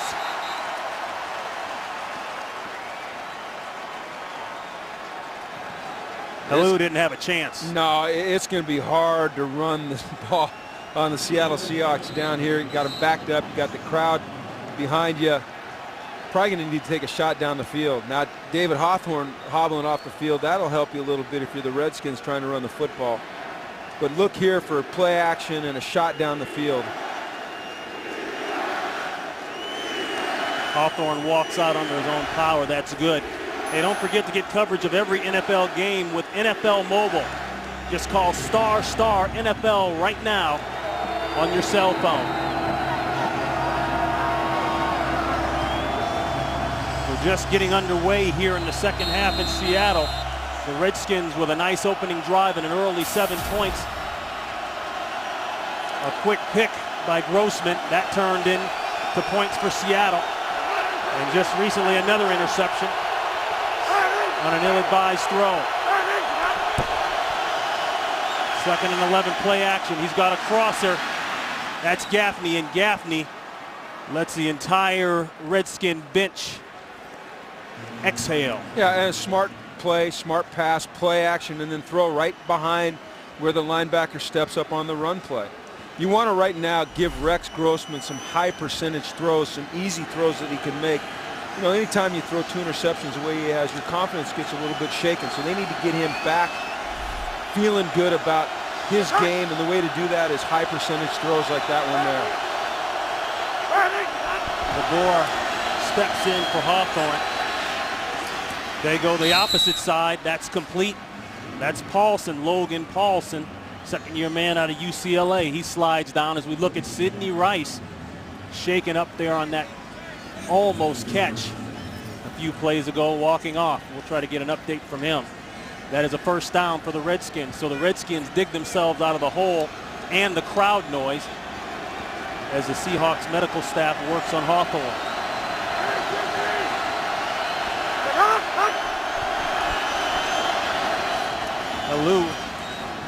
Alou stretching it out.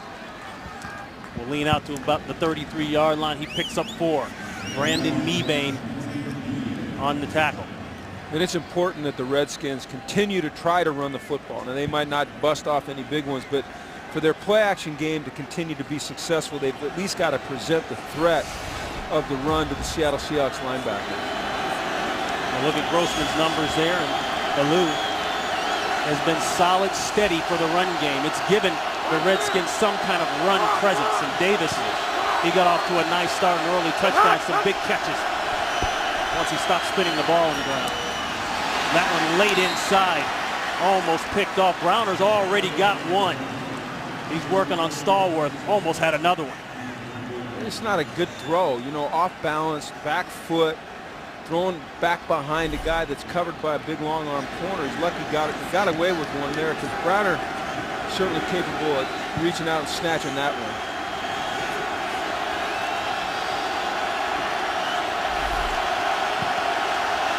Third and 6.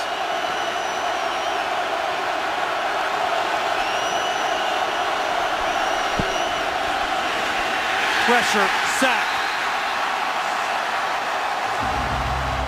Hargrove. That's his second of the year. Well, they brought a safety blitz here, Ronnie. You'll see Earl Thomas here, right here, coming up, picks up the back, and then Hargrove just fights his way through 2 blockers for that sack. That's a power move right there. He just beat Maurice Hurt. First sack of the day for either team.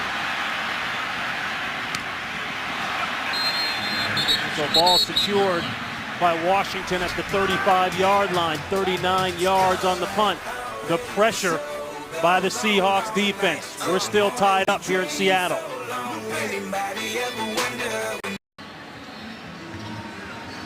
And there's a look at Seattle linebacker David Hawthorne. Knee injury. They are checking him out. His return, obviously right now, is questionable.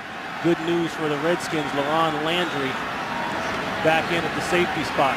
Little bootleg pressure, looking deep. Man to man. Drop, but there's the flag. And they're going to get Josh Wilson. Mike Williams was trying to break out toward the corner, and Wilson is arguing his point vehemently.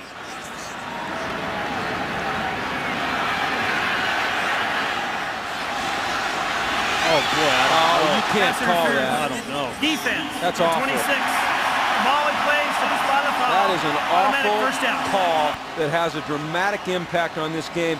Josh Wilson and Mike Williams were just fighting for the football. Josh was making a play on the football, looking back for the football. Mike Williams shoves him down, and it's a huge game for the Seahawks. What an awful call that is. Awful call. That turns into 44 yards Yeah, on you the hate to see exchange. that. You got this hard-fought defensive game, battling, and then an official pulls his flag on a play like that. It's ridiculous. First and 10, back to the run. That's Lynch. Bowen is there, a pickup of 2. You watch these guys. Okay, look at Williams is using his left hand to push off on Wilson. Wilson uses his arm to find where Williams is. He looks back, and they throw. You don't throw a flag there. And you wonder why people get frustrated with the officiating in the National Football League. There's about 5 million people in Washington, D.C. right now on fire about that call, and rightfully so, because that was awful. And in technical terms, he did not, speaking of Wilson, gain an advantage. No, that was awful. In that play in the last second there. And in a game like this, a call like that makes all the difference in the world. Wow, too bad. Lynch. But that's ball. That's Lynch, Kerrigan. Well, in this league, you learn to say that a couple times. It is. That's Yeah. ball, and you got to move on. And Josh Wilson and the Redskins, they got to regroup because those things are going to happen. I mean, those, as awful as the call was, as bad as I don't like it, I think these officials do a tremendous job in this league. They try as hard as they can to make the right call. Sometimes they just don't make the right call, and you got to learn to live with it. Forsett checks in for Lynch. And here comes pressure. Jackson saw it. They're still going to bring it. Man to man. Somebody's got to win. Knocked up in the air. Nice play there by D'Angelo Hall. He was trying to go to Golden Tate. But boy, it doesn't get any better for that. Step for step, as they say, Jimmy, color with color. Somebody's got to make a play. Yep. And D'Angelo is going to make those plays. The guy's got really good ball skills. He just has, some corners can't find the ball quickly when it's in the air. Okay, they can get themselves in position, but when they have to locate the ball quickly and make a play on it, they can't do that. D'Angelo Hall has the ability, like most good corners do, to make that play on the football. Hauschka, he missed from 51 yards out. This is 36. That one is through, no flags down, count it. So great defensive play by Hall. Forces the field goal. They'll settle for the field goal. It breaks the tie. We've got a 3-point game.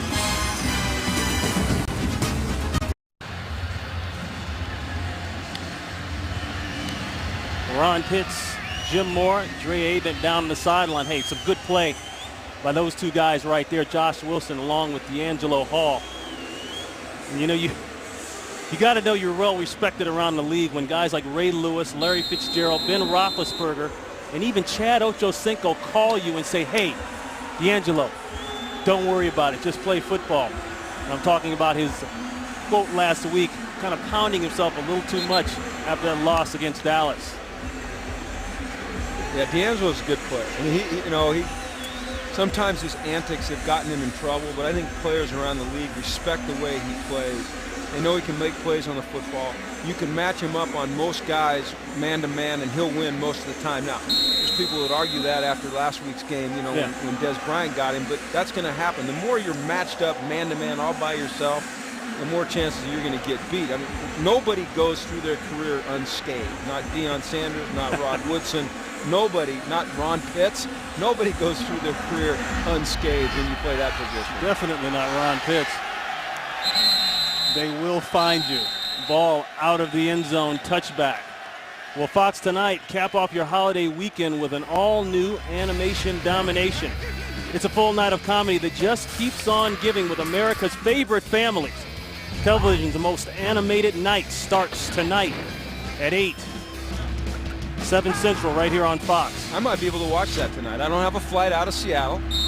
It's kind of a nice deal about having a home game. I haven't had a home game all year. I got a home game, Ronnie. Your wife Shannon cooked up one heck of a meal last night. Thank the Moore household for inviting us in. Enjoyed it thoroughly. 5:55 to play here in the third quarter. Halou along the right side. A gang of Seahawk jerseys there. Clinton McDonald along with Red Bryant. A pickup of about 2. Watch this. Here's Red Bryant at about 330 and Fred Davis about 250. Here's what happens when you try to block a tight end on Big Red. Look at that. He just manhandles him. Now, he doesn't make the tackle, but he stretches it out, and he slows down Halou. Davis even tries to grab a little cloth there to no avail. And speaking of Fred Davis, he hasn't caught a ball since that first possession. Hasn't been thrown to since that first possession. And that's Logan Paulson going backward. Let's go to Los Angeles for an update. Here's Kurt. Well, Wes Welker's caught more balls than anybody all season long, and this is the main reason why. He dives in for this touchdown. Second of the game for Welker from Tom Brady, and it's 31-13, Patriots cruising over the Eagles. Ron and Jim. Man, Redskins fans would welcome a loss by the Eagles. That would drop them to 4-7. And if the Redskins can take care of business, they won't be alone at the bottom of the division. Have a chance to move up as we head down the stretch here in the season. 3rd and 6 throw. He took a hit just out of reach for Moss. Boy, and the flag went down. K.J. Wright. He put the hit on Grossman. Personal foul. Roughing the passer. Defense, number 50. It's a high hit to the quarterback. 15-yard penalty, automatic first down. And Clete Blakeman explained it, a high hit to the quarterback on the rookie.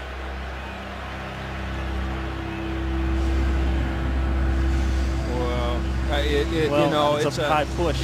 I think what happens here, Ronnie, is his left hand gets Grossman's face mask there. And as inadvertent as it is, those are the rules. We've been through this. We don't need to go through it. We've been through this. If you get up by the quarterback's head. Hugh Jackson talking about not knowing what the rules are. So what do I know? If you get up by the quarterback's head, they're going to call it. This is downhill. Halou. And Halou will have a few. Halou's been impressive today. You know, he's a hard running guy who's got the ability to catch the ball. He's got 5 catches for 45 yards. You know, he stands in there and he protects on the pass. This is a good running back. This guy's going to be a good player in this league for a long time, and he really fits what Mike Shanahan wants to do offensively. He can run that outside stretch play. He can catch the ball coming out of the backfield. I like him. Battled injuries throughout his career at Nebraska, yet still managed to rush for over 1,000 yards his final 2 seasons there, so he is a bit of a workhorse. No place to go. Grossman late gets it tipped, intended for Stallworth. But Wright was right there, and Grossman can't get up. So those are some risky throws that he's making right there. He's holding the ball. Yeah, and it looks like there's some indecision on where he wants to go, and then it's like he just panics a little bit in the pocket. Mebane jumping in there, along with Red Bryant. Like he might have got poked in the eye there by Mebane with his thumb.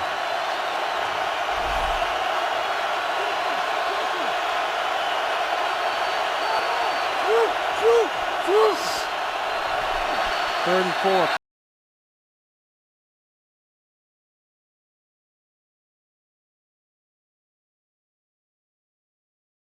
Play a game. Offense. 5-yard penalty. Still third down. All right, as a former head coach, Jimmy, who is the first person you scream at, assuming you're not also the offensive coordinator, when you get a delay of game? Well, I mean, a lot of things go into it. Did the play get into the quarterback on time? Right. Did the quarterback get the play called in the huddle quick enough? Did you get to the line? Was there confusion in terms of how you're supposed to line up? The first guy you yell at, though, is your coordinator. So that means that Mike Shanahan just yelled at Kyle Shanahan. But you know what? I'm sure he's yelled at him a lot in his life. Maybe spanked him, too. I don't know if he'll spank him because of that one, though. Father and son on the same sideline.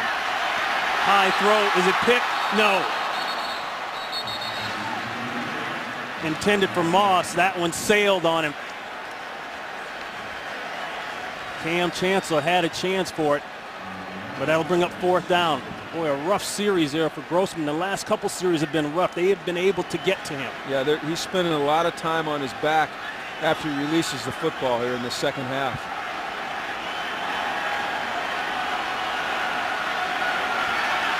So Rockus will punt it away. Standing just inside the 30. A nice kick. Washington, he's looking for his wall. No wall there. Great coverage and a nice open field tackle by Dowdy. Well, Fox Monday is all about drama. First Television's biggest adventure is just getting started. Don't miss an all-new Terra Nova. Then the thrills just keep on coming when medicine's most brilliant mind fights to solve high-stakes cases on an all-new episode of House. It all starts tomorrow night at 8, 7 Central on Fox. And a quick quarterback comparison. Yeah, and you know, Travaris Jackson, we've said it, he's really affected by that pec. Grossman has actually been very efficient, minus those 2 interceptions, which were both critical throws. Backside Lynch. A missed tackle, puts his head down and still going, and that is what they call beast mode. He ran through LaRon Landry. Well, I think the loss in weight has just given him more pop and more explosion. Well, yeah, he looks quick. He's explosive. He's got moves. I mean, he could always run you over, and it's not like he's some light guy. He's still almost 220 pounds. But the thing about him is the way he just keeps fighting and struggling for every single inch. Yeah. You know, you can't get him going backwards. I dare you to find a play where he's in a pile moving backwards. He's always getting positive yardage. 93 yards rushing on the day for Lynch. This could put him over 100 as he's taken down at the 31-yard line by Arakpo. And he goes for 6. Let's go down to Dre Avent. On an injury update for you on the Seahawks on the offensive side of the ball. Sidney Rice is out for the rest of the game with a head injury. I saw him walk off the field, guys. All right, Drea, thank you very much. Yeah, we kind of got that feeling, and that's a significant loss, but the way the Seahawks are able to run the football with a 3-point lead here, it may not make much of a difference. They switch it up. That's Washington for the first down. Right, if they didn't have a lead, then that would be a little bit more significant. But the way they're running the football right now, protecting this 3-point lead, and really, Ron, it all goes back to a few plays. It goes back to, as I've said, the chop block that took the Redskins out of field goal position. It goes back to the guy stepping out of the end zone on the apparent touchdown, and then the blocked field goal. And that's allowing right now Seattle to have their way in the run game. 4 for Washington. On the previous play, Obamanu hit, not out of bounds. They missed the tackle. He leans forward for the first down. So the Seahawks now starting to pick it up on offense. D'Angelo Hall thought he had him out of bounds, thought he had him tackled. That wasn't the case. Yeah, in this league, you can't tackle with your shoulder. You got to wrap. You got to put your arms around. You got to put your chest on. You got to make sure they're down. That's Washington, and Washington, no place to go inside. Darian Scott leading the charge there. One of the problems for the Redskin defense is they're probably wearing down. In this third quarter, the Redskins only have 32 yards of total offense. And you've got to do a better job than that offensively and give your defense a chance to sit down and take a break. Time winding down here in the third quarter. A third quarter that has been all about the Seahawks as they break the tie. Washington maybe for 2. Landry is there. And this is a much needed end of a quarter, I think, for the Redskins defense. A chance to take a breath, think it over, talk it over, and come back out here for the fourth quarter. 10-7 lead. Seahawks. Fox NFL Sunday will continue That is the end of the after a third break quarter. from your local Fox station.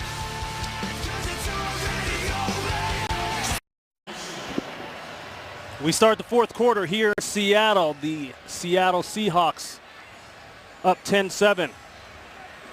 Ron Pitts, Jim Moore, Dre Avent down on the field. Great start, as we said before, by the Redskins. They have tailed off. They're not hitting the big plays. Grossman starting to get hit. Yeah, he's taken a beating in that third quarter, and it's really affected his ability to step up into the pocket and make throws down the field. And now Seattle's starting to have some effectiveness running the football, which they can do now with the lead. And Jackson getting his arm back, and that play is still going. Baldwin did not go down. LaRon Landry not wrapping up, second instance this series that we've seen, 24 yards and a first. Yeah, big hits are nice, but the objective is to get the guy on the ground there. And once again, you see a Redskin defensive back not wrapping up. Now, you see Landry's right arm caught underneath there. He's got to wrap him up. That's all there is to it. Well, and they can't say enough about Doug Baldwin. Free agent from Stanford steps in, and everyone has said this guy acts like a veteran, like he's been here 4 or 5 years. There's the dump off, and now the play calling just coming in.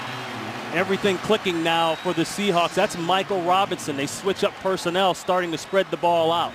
Well, when you can run the football, which Seattle's been able to do here in the second half, it opens up so much for you offensively, because now all of a sudden your play action game starts to work. Now all of a sudden you find yourselves in 3rd and 4s, 3rd and 3s, rather than 3rd and 8s and 3rd and 9s. So you have more options. Coverage has become a little bit more predictable. When you've been effective running the ball on first down, all of a sudden you pull the ball out on a play action like that, dump it to the guy in the flat, and pick up 7 yards. There's a quick look there at offensive coordinator Darrell Bevel as the give goes to Marshawn Lynch. And Bevel calls the plays, but I think if you ask people around the Seahawks organization who really runs the offense, it's offensive line coach Tom Cable. I had Tom in Atlanta as my offensive line coach, and typically when you think of an offensive line coach, you don't think of a guy that's creative in terms of formations and pass concepts and formation structures and motions and all those things. But Tom Cable is about as smart a coach as I've ever been around, and he's kind of runs the show here in Seattle offensively. Bevel just calls the plays, which, hey, that's saying something. That was Stephen Bowen being helped out. We'll try to check on him. Darian Scott will come in to replace him. 3rd and 2. I believe Lynch got enough for the first. Let's see how they mark it. He ends up on the other side. But I believe he got the first down, and he does. And a great day for Marshawn Lynch. He's over 100 yards. And he's just gotten it cranked up.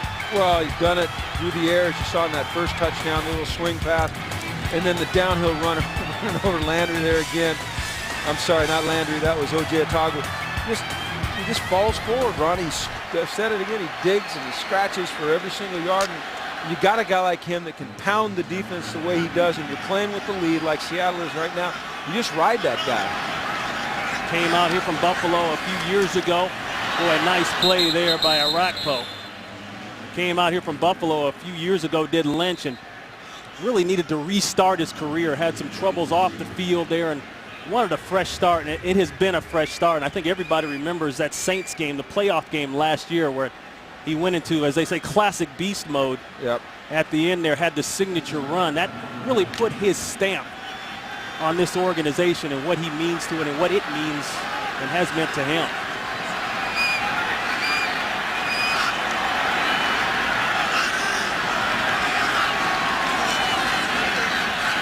Second and 10, throw, touchdown, Tate.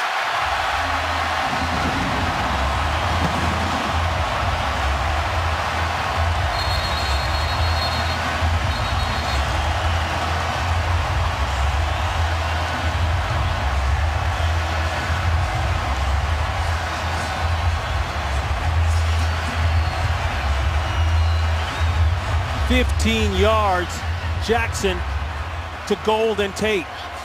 That was result a of the strike. play is a touchdown. After the play, unsportsmanlike conduct. Offense number 81. Celebration going to the ground in the end zone. That penalty will be enforced. 15 yards on the kickoff. So the unsportsmanlike on Tate, but he'll get his second touchdown of the season. And boy, what a turnaround really for Tavares Jackson. We thought he was plays away from coming out of the game in the first half. He goes in at halftime, warms that arm up, that shoulder up, and comes out winging it. Extra point is good. 88 yards on the drive, the longest drive of the season for the Seattle Seahawks as they start to put it on the Washington Redskins. Today's game on Fox is sponsored by Sprint. All football, no limits. Only from Sprint. By Triple Hops Brewed Miller Lite. Taste greatness. And by Chase. Don't get shortchanged. Get your cash back with Chase Freedom. Is that a way to roll a hip? You can't win without great coaching. There's a look at the Bellevue Wolverines, led by none other than head coach Jim Mora. And another championship, right? Another championship, 12-0, allowed 2 touchdowns on the league. Our head coach, Hugh Gladner, I think this might have been about his 50th championship leading the Bellevue Wolverine youth program. We had fun. My son Ryder played middle linebacker. You know, doing this broadcast stuff, getting away from coaching has allowed me to do some things that I hadn't gotten to do in 25 years, and one of them is spend some quality time with the kids in their sports. Well, after the penalty, they'll kick it away. This will be Banks. Banks will just get it out to the 30-yard line. Atari Bigby on the tackle. 17 unanswered points by the Seattle Seahawks. They say they need to run the table to get into the playoffs. This is a good start.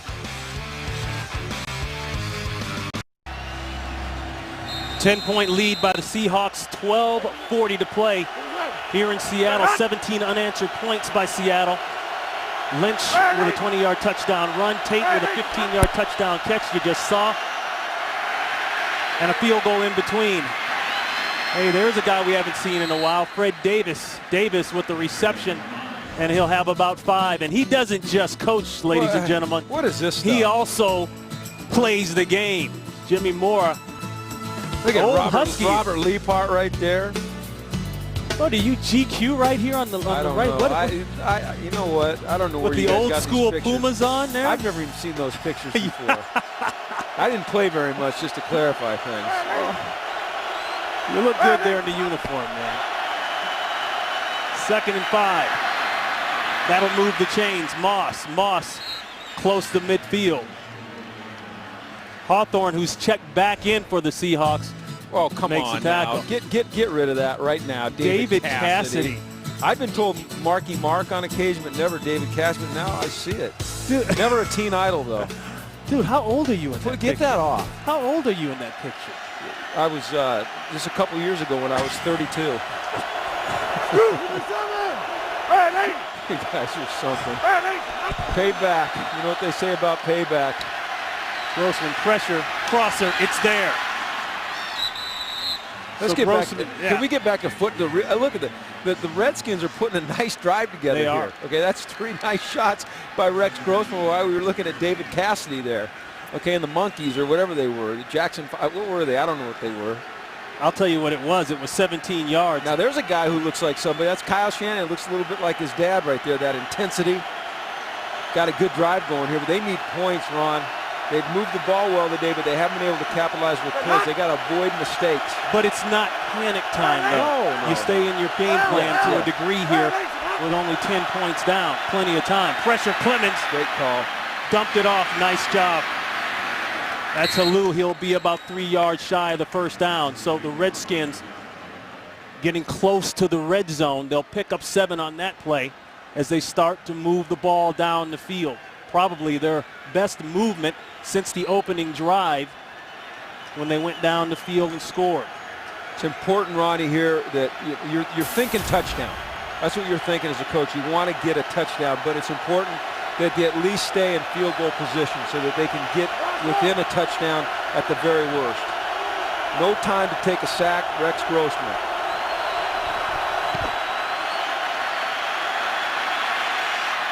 He just threw that one away. Smart. Not always the worst play. No. You know, what you've seen here in the second half in particular is Rex Grossman on his back an awful lot. Getting hit after the throw, taking a couple sacks, making a couple poor decisions. Of course, that one was a penalty, but still it has an effect on you as a quarterback. You get a little bit skittish in the pocket. You're not setting your feet and stepping into your throws like maybe you were earlier in the game when you were feeling comfortable. Big third down for the Redskins. Quick toss, Halou. Hurdles the man, and he's still going. Roy Halou will score. No flags are down, count it. 28 yards on the quick toss. He jumped over Roy Lewis and keeps on rolling.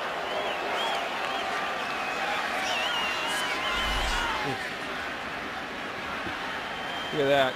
You know, Roy Lewis, who is a good tackler, who is a good player, dropped his head, went to his knees. We've seen some plays by defensive backs here today that you would not want to show young players. They're examples of how not to tackle, and that was really just a very athletic play by Halou. You'll see guys hurdle. You don't see them often come down and then run into the end zone for a touchdown. There is an injured Redskin on the field. We can't quite make out the number. We're not going to say anything until we're sure. But that drive was quick, didn't take much time, and they got the 6 points. We'll check on the injured player when we come back.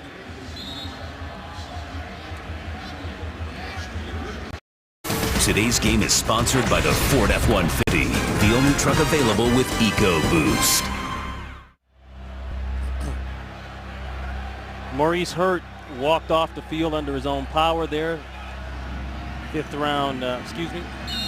7th-round pick out of Florida, so that's good news, and real good news for Halou. A career high in rushing yards for him, 93 rush yards on the day, but most importantly, getting that ball in the end zone and getting it in the end zone quickly. Only 2 minutes and some change used on that drive. Extra point is good. We've got a 3-point game here in Seattle with about 10 minutes left. So hold on to your seats. This is going to be a good one.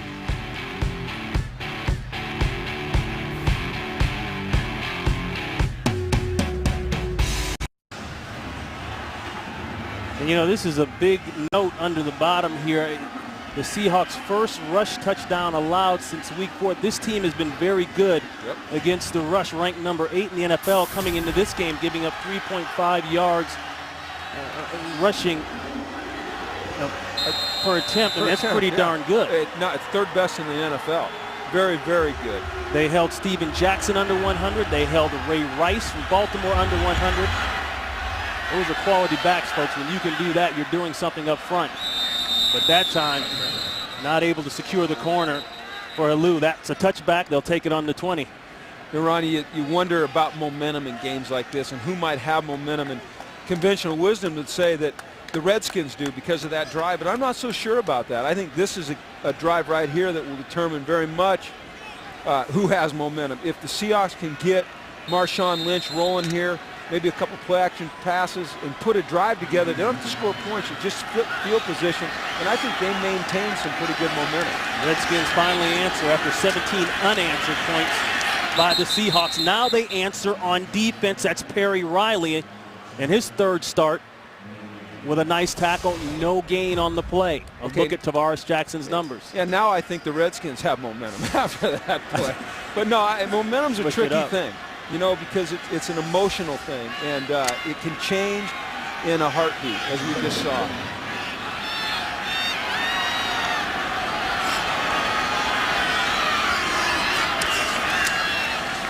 Second and 10, give to Lynch. Lynch will have a couple. They're fighting for the football. They'll mark it 4 officially. They'll mark his forward progress. Jimmy, you've won a lot of games in your career. Great success down there in Atlanta. Your first year you go to the NFC Championship game as head coach. Defensively now, you feel the Redskins starting to pick it up. What are you telling your guys out in the field if you're the defensive coordinator? Well, they've got a 3rd and longer here, about almost 3rd and 7, and this is a team that led the league and is leading the leagues in sacks, doesn't have a sack. It's time to heat up the pass rush a little bit right now. Hazlitt's got to get these guys going. It looks like they're bringing pressure right here. They got 8 guys up. They got 3 guys in coverage. Look at that right there. You think that's pressure? Do you think that's man-to-man coverage? Here it comes. Got him. And Jimmy Moore all over it. A flag goes down. LaRon Landry. Oh, goodness. In on the sack there, but let's see, did someone get in the neutral zone or did someone move on offense? Illegal motion. Offense, number 81. Penalties declined. Brings up 4th down. Yeah, I thought Golden Tate went toward the line of scrimmage right as he came in motion. Ronnie, they stop it right there. They didn't disguise this a lick. Hazlitt said, hey, you know what? Line up in the huddle. Everybody get up on the line of scrimmage. If you're in coverage, back up 5 yards. I don't care if he knows we're coming. We're coming. Pin your ears back, set your hair on fire, and go sack the quarterback, and that's what they did. And now, assuming that there's nothing crazy that happens here with Banks, they're going to get good field position here with about 8 minutes left in this game. So you ask about momentum. I think momentum shifted a little bit to the Washington Redskins now. You need to be coaching still. Well, I did. I coached this 12-year-old. That's about all I can handle right now. High punt. Not a lot of room. Great coverage there. Banks tried to do something. Couldn't do it. 6 yards on the return. Well, the championship conference games are coming up. UCLA taking on Oregon. Wisconsin taking on Michigan State for the Big Ten championship. Both games back-to-back nights right here on Fox beginning at 7:30 p.m. Eastern, 4:30 p.m. Pacific. Well, and I'm glad they already decided my people were going to the championship before last night. Well, that was a tough one, but you know, I'm excited to watch Michigan State and Wisconsin play. I love that quarterback that Wisconsin has had, just an exciting young player. Bruin's taking it on the chin. Maurice Hurt back in for the Redskins. That one high, but caught. And that's Sellers, Mike Sellers. Haven't heard from him all day long, but the consummate vet comes through in the clutch situation, rounds up the ball, and picks up 15 yards. They move that ball on the other side of the 50-yard line. And the Seahawks bring Earl Thomas off the right side here on a weak safety blitz. And watch the protection here by Halou. He's run the ball well, he's caught the ball well, and then you get the flying Crusader through the air and he chops him down. Earl Thomas came flying through there. Halou looking for that lane to develop. It doesn't develop. Leroy Hill won't get credit for the tackle, but he was involved in that play early, helped bounce it outside. A pickup of 3. You know, you talk about Halou, and we've been talking about he's run for 96 yards or so in this game, and he's caught, 6 passes for 52. Those are all really good numbers, but his ability to step up and make a key block on a pass like he just did, that's what makes a really good back in this league. You know, you've got to be able to do 3 things well. You've got to be able to run it, you've got to be able to catch, and then when called upon to block a linebacker or a blitzing safety, you've got to be able to step up and do that as well. Hawthorne on that tackle officially. 2nd and 7. Empty backfield. A late throw. Where is he throwing? He's in the pocket.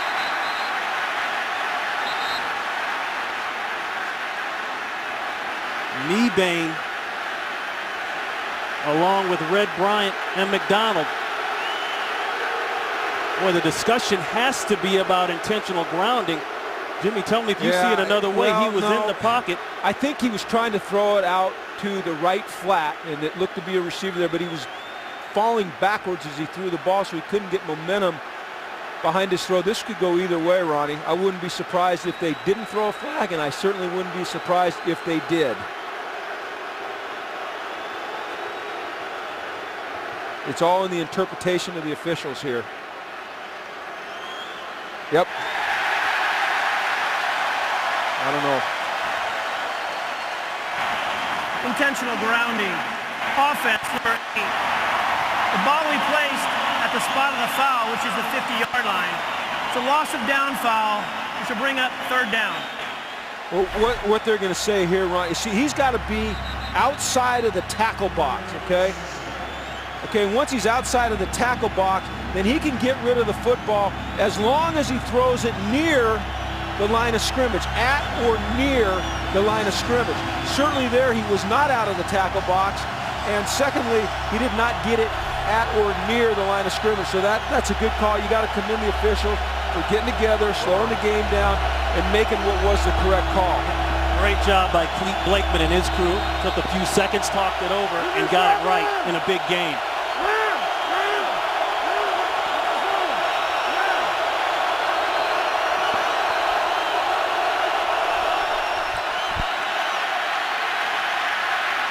Going deep, looking for Armstrong. He's got it. The flag goes, but he's got it. It's a touchdown.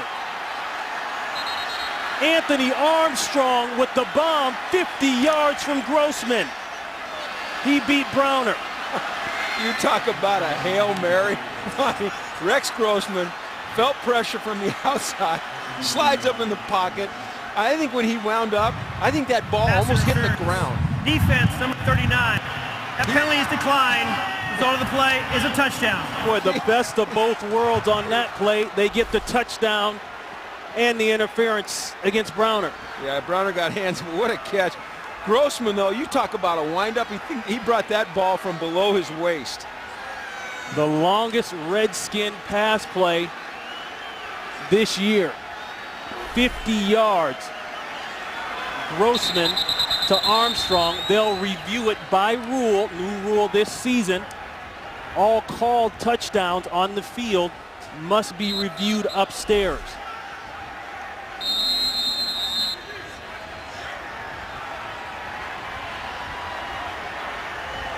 If it stands, that will be the second for Armstrong, the longest of his career, or longest of this season. And look at that, the extra point is blocked. That's ridiculous. Red Bryant. That's ridiculous. Ronnie, Look, I can understand that in high school or in Pop Warner football, but in the National Football League, to have 2 kicks blocked, one a chip shot field goal, and the other extra point, that is inexcusable. And this pennant, and it's not like Red Bryant is an unknown factor. All right, we all know that he's an excellent rusher and can block extra points and can block field goals. So to let that happen, and now all of a sudden, instead of being up 4, the Seahawks have to score a touchdown to beat you. Now all they need is a field goal to tie you with 6:18 left in the game. Hey, commend Red Bryant. Great effort. Love the effort that Red Bryant gives on those things, and that's why you see it 4 blocked. But are you kidding me? Who was the left guard there? I mean, I don't understand it. That's just last week it doesn't happen at this level, Ronnie. Right. Last week the blame was strictly on Gano. He missed 2 big field goals, one in regulation, one in overtime that could have won it. But there, you've got to put it up front on your protection. This is the National Football League, all right? This is as high as you can get. This is the pinnacle of football. And for a guy to rush right through the gap between the guard and the center twice and block a kick in a close game like this is ridiculous. It makes no sense at all. So instead of a 21-17 game, it's a 3-point game, as my partner alluded to. And as it gets worse, now a field goal will tie you up. Gano kicks the ball out of bounds. Well, Ron. Free kick out of bounds. Kicking team. Ball comes up to the 40. Yeah, This is one of the reasons that this team is 3-7. You can talk about a lack of running game. You can talk about Rex Grossman throwing interceptions. But when you have breakdowns like they've had today, okay, we go back to the 2 blocks, we go back to the chop block, we go back to the receiver running out of the end zone.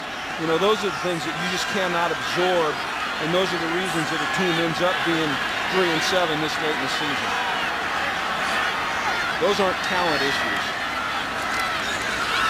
Play action. The quick throw to Robinson. Robinson with about 2. Let's go back and look at that touchdown catch by Armstrong. Browner all over him, grabs him. There's your interference call. Great concentration. And he brings it down and he maintains control. You saw Browner what we call DB panic mode. And that's when you know you're beat and you start to look back and you start to get grabby. And all you can think about is, oh my goodness, I don't want to get beat. Offense number 68. 15-yard penalty from the previous spot. Replay first down. That's Giacomini. Chop block. You're seeing more of those called now. And I think it's a good thing. You need to protect the defensive players the same way we protect the offensive players. But what happens is that, and it's not a lot different than a blow to the head at full speed, but you see a guy rushing hard, you see a guy fighting to block him, and if somebody's engaging a rusher high and somebody goes low on him, then they're going to call a chop block. I don't think it's intentional. I think it just happens in the speed of the game. Secondary blitz. They give to Lynch going the opposite way. The Redskins brought Kevin Barnes off the right side, but the front side was able to hold it to a 3-yard gain. Boy, was Bowen that on the tackle. Oh my goodness, was that a costly penalty, Ronnie? Now all of a sudden you're looking at a 2nd and 22. The clock's ticking down just about 5 minutes. You've got a quarterback who's got a partially torn pec. You've got a team that rushes the passer as well as any team in the league. You need to make a play here somehow if you're Seattle.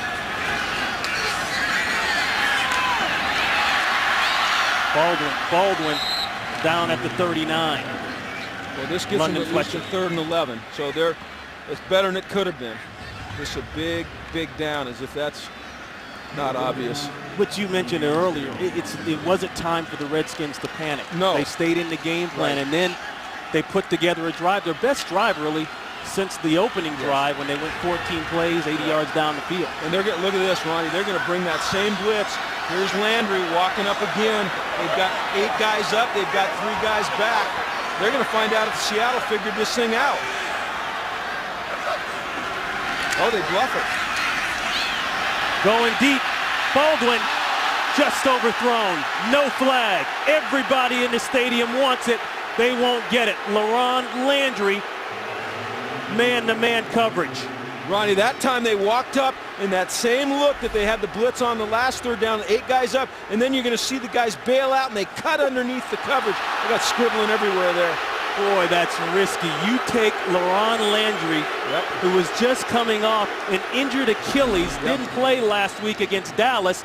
You bluff him at the line of scrimmage and say at the last minute, run out and cover Baldwin man-to-man. Yeah, that's guts by coordinator Jim Haslett. But you know what? You got to take a risk sometimes in this business. And it paid off. Great coverage there. Nowhere for Banks to go. Next week, it's a Fox doubleheader. It starts with the Broncos and Vikings, or the Falcons and Texans, or the Panthers taking on the Buccaneers. America's Game of the Week, Aaron Rodgers and the unbeaten world champion Green Bay Packers face Eli Manning and the New York Giants. Or you'll see the Rams and 49ers, the Cowboys at the Cardinals. The Built Ford Tough Fox pregame show will start it all off at noon Eastern. Ronnie, you remember the wasted timeout with 9 guys on the field? Right. And the field goal? This is where it comes back to haunt you, because now you need to stop the clock. 4 minutes left in the game. You've only got 2 timeouts. Those things end up killing a team. Ball's loose. Picked up by Grossman. And that kills a team too. How does that happen?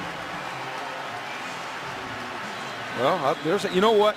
Here's what Ronnie, when we were meeting with Rex, his ball hit the fullback.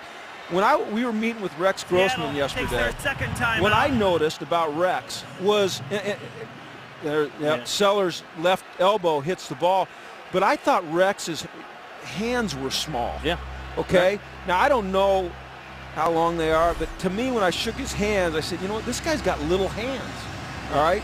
And sometimes when you got little hands, you can't get that good grip on the ball. If someone just touches it like Sellers did right there, you end up dropping it.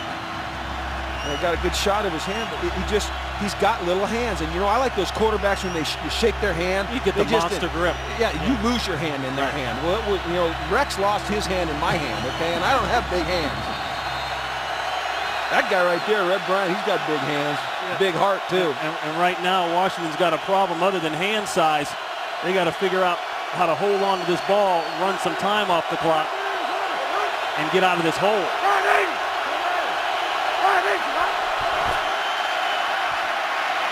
Fake draw. That'll get some of that lost from the fumble back. That's Halou. Halou has had a nice day before that carry. 20 carries for 99 yards. But now you're looking at the big third down, maybe the biggest of the game thus far. Well, if you're the Redskins and it's 3rd and 13, you consider running the football here, forcing the Seahawks to use their last time out and punting it. I don't think they'll do that. I think they'll throw it. But 3rd and 13 is a low percentage conversion down. If you do throw it, you want to complete it, and you want to keep it in bounds. There's a screen. Low percentage. That's Halou. Didn't get the lead block he wanted. Leroy Hill is there.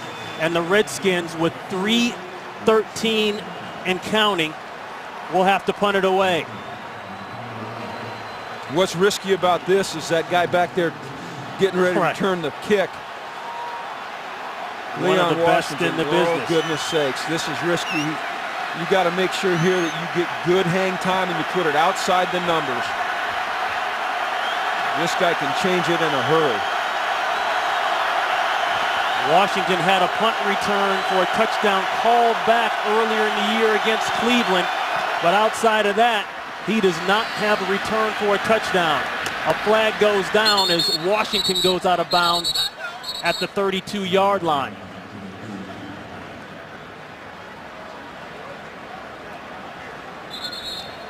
$52 yards on the punt. Let's check the flag. Well, Ronnie, it has something to do with the right gunner. One of the gunners, yeah. For the Redskins, and this is a big call whichever way it goes, because they're either going to say that he ran out of bounds on his own or there was holding on the Seahawks, and either way we're talking about a 10-yard difference here in field position.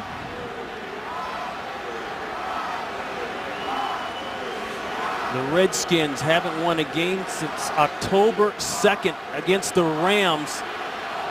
17-10. They've lost 6 straight. They have the lead here, 20-17. Watch right out here now. Yeah, I don't know how they're going to call that, Ronnie. You know, it looks to me like he's running out of bounds. During the kick, personal foul, unnecessary roughness, late hit. Gets the receiving team, number 39. Penalty is 15 yards. First down, Seattle. And that's Browner. Well, that is another critical penalty to start a drive for Seattle. 2 in a row now that takes them back 15 yards. Because they were going to have decent field position. You saw Browner with the initial hit out of bounds. There's Brian Snyder talking to Pete Carroll. And, you know, when you're a special teams coach and they put you on TV like we're doing right now, it's usually not because something went right for you. But he is one of the really fine special teams coaches in this league. He's with Pete at SC and is really a good football coach. Pete Carroll is hot. You know, when he throws his gum away, he's really mad. Yep. Well, he'll get another piece of juicy fruit and stick it in there. Start smiling again. Pete stays upbeat now. 1 timeout left for the Seahawks. That one thrown late, boy, and Hall, he had a beat on it. Intended for Obamanu. He jumped that one. In case you just checked in recently, here's a quick look at the game summary. A ton of yards by the Redskins. A lot of that started with their opening possession, a great opening possession. They took nearly all, or at least a good half of the first quarter. Well, the reason this game's close is 2 missed kicks and 2 interceptions by Grossman. That's been the difference in terms of keeping the score close. It's a long out. Obamanu, they make that one work. They'll be about 2 yards shy of the first. Stops the clock, 2:26. 1 timeout left for Seattle. Well, you've got a field goal kicker that can kick the ball at least 50. We know that. The wind does not seem to be a factor. You saved a timeout on that last series. Probably need to throw the ball here or run it and get back up quickly, but you don't need to take a sack, that's for sure. And there's the sack right there. They're going to call that in the grasp at least. He throws it at the last second. Grounding. Or intentional grounding, right. Kevin Barnes is all over it. And that's a loss of down if it stands.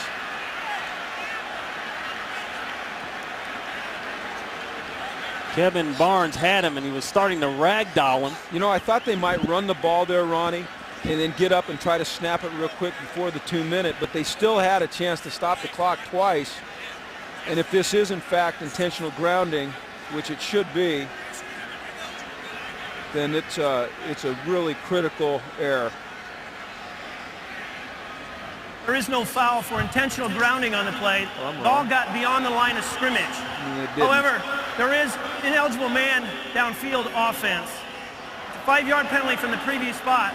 Replay, 3rd down. See, that ball didn't get past the line of scrimmage, but the ruling is, they say past the line of scrimmage, Ronnie, but when they talk to coaches in the symposium and they're explaining the rules, they'll say, look, it needs to be at or near the line of scrimmage, because really no one's going to get a great look at it exactly at or past the line of scrimmage. So they say at or near. I think in that case with Tavares, he just got enough on it to give the impression that that ball was past the line of scrimmage, but I don't believe it was. But that's okay. That was the right call. Well, when did they call in the grasp? Whatever happened to that? I mean, he's still fighting, okay? Right. And this is a guy right here, Tavares Jackson, as we know, he doesn't give up, okay? That's why he's still playing today. But you see my point. He's a fighter, but he was in the grasp, but he was still fighting to get yards. And with a guy like that, I think you, as an official, you have to use your better judgment. I think that's what they did right there. You see the game-winning drives there by Tavares Jackson.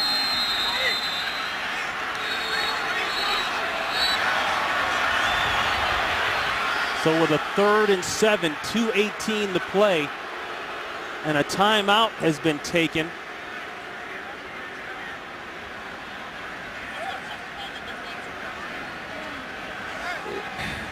I don't know what the discussion is down here with Pete Carroll and the officials, but we've got discussions going on both sides of the field. I'm sure Mike Shanahan wants to know why, in fact, that was not intentional grounding because the ball did not get back to the line of scrimmage.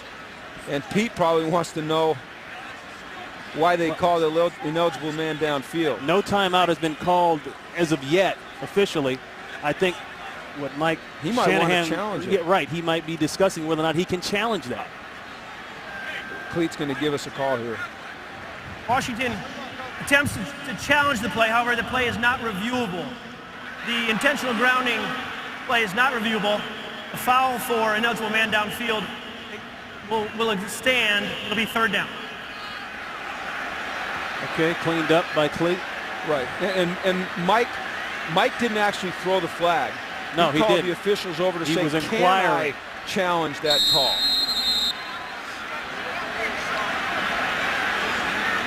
Veteran move. So in the midst of all this, what may have been lost, if you're really paying attention, is that Seattle had to move back because of an eligible man downfield.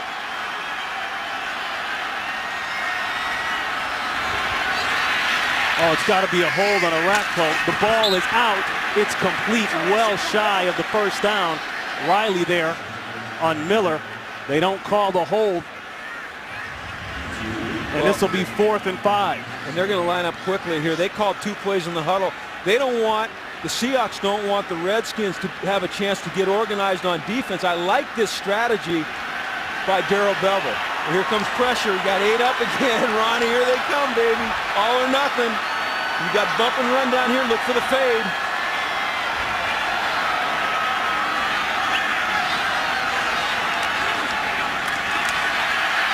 Pressure, sack. You just when you're getting blitzed, And that like could be it. Ronnie, when a team puts 8 guys up, all right, they have more. Okay, stop it. Can you stop it? Can you go back? Can you take it back? Can we rewind it? All right, let's stop it right there. Let's do this. Let's go to the old count. 1, 2, 3, 4, 5, 6, 7 blockers. 1, 2, 3, 4. 1, 2, 3, 4, 5, 6, 7, 8 rushers. Okay, that guy there has to get rid of the ball now. He's got to catch it, plant, and throw, and he's either got to throw the fade down there on the bottom on D'Angelo Hall, or he's got to throw a quick out or a slant at the top. And he didn't get rid of the ball in time. Boy, great job there by Jim Haslett dialing up the pressure calls. Sometimes, as we said, you got to roll the dice and take some chances. I thought you were going to say great job using the circle deal. That's the first time all year that I've used the circles. And you saw the sacks there, the pressure in pressure situations paying off for the Redskins.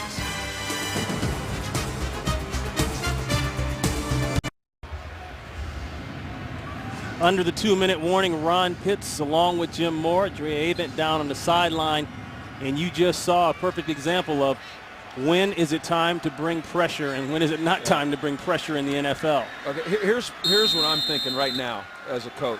If I'm Mike Shanahan, I am not attempting a field goal, all right? Because those have not been very successful for me today. I got to get a first down here. 1 timeout left by Seattle.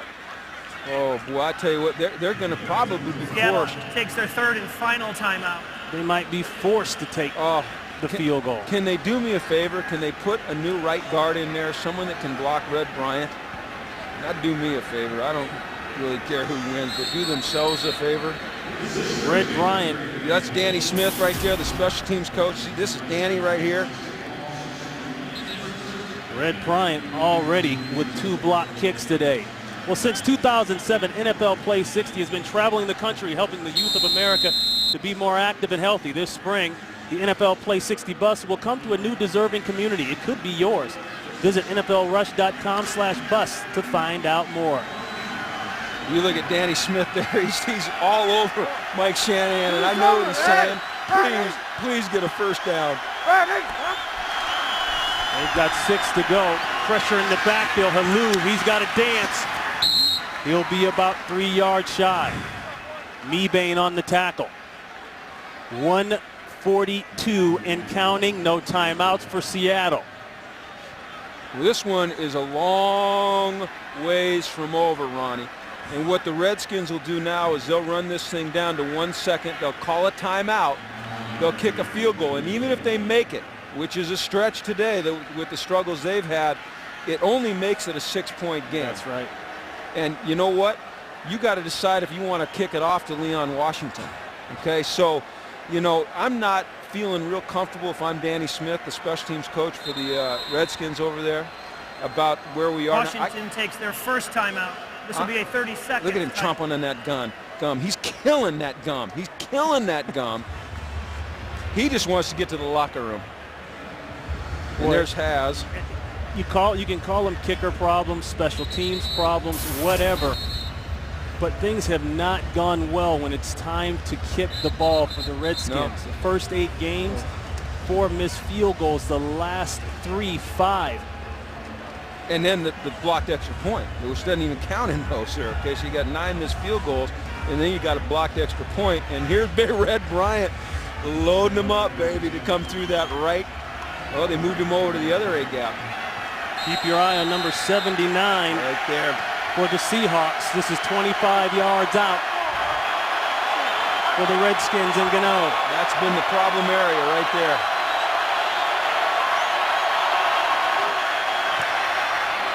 It's up. It was close, but it's through. 3 points, padding the lead for the Redskins.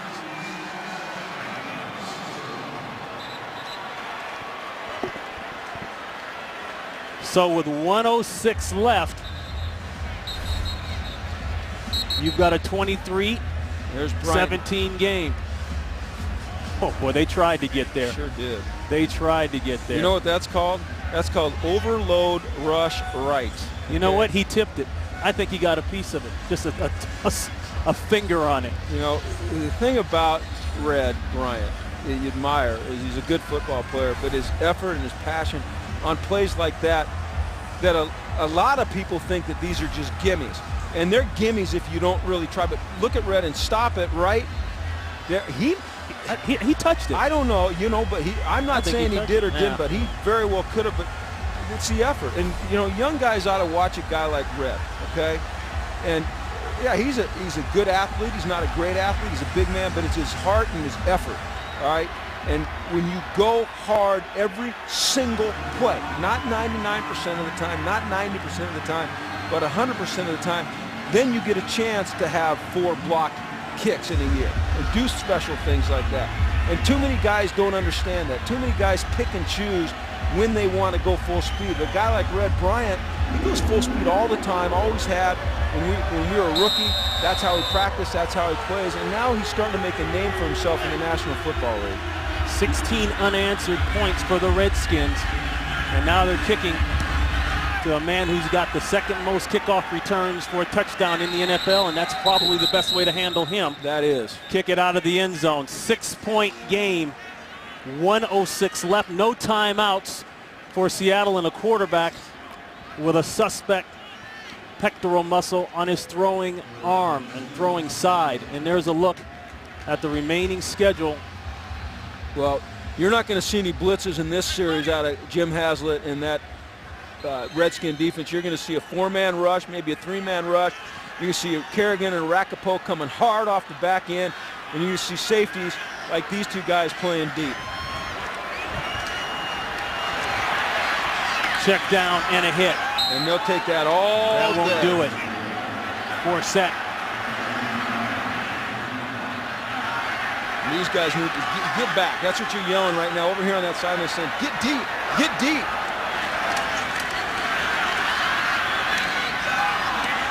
Nearly intercepted there by Barnes. Barnes, he's made a couple nice plays in the second half. Intended for Baldwin. You make an argument there that you might want him to catch it because it's going to take him about 20 seconds to get up and snap it again. Instead, the clock stops. Right. That's probably not a good argument, but maybe you could make it. Once again, they're going to play 2 deep safeties. They're going to jam these guys outside. Here comes a 4-man rush. And that's it. Intercepted. And appropriately so by the man who questioned himself all week long in the papers. D'Angelo Hall comes up with his second interception, and that's the game, Icer. That's his second interception of the season.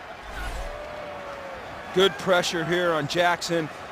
Stands in there, takes a big Took hit. a shot there. You know, I know Bone. he ended with an interception here, Ronnie, okay, and his numbers weren't great, but I think it's really important for our viewers to understand exactly what this guy is playing with. He's playing with a torn pec that many guys would have surgically repaired before the season was over. He said, no, I'm going to play through it. I'm going to show toughness and leadership to my teammates, and I think his teammates respect him for that. But what a great win for the Washington Redskins. Mike Shanahan coming off of 6 losses in a row. Offense. 5-yard penalty, still first down. A little miscue there, 12 men on the field for the Redskins, but there you go. That will snap, barring a miracle here, this will snap a 6-game losing streak. What did Mike tell us when he came into the meeting?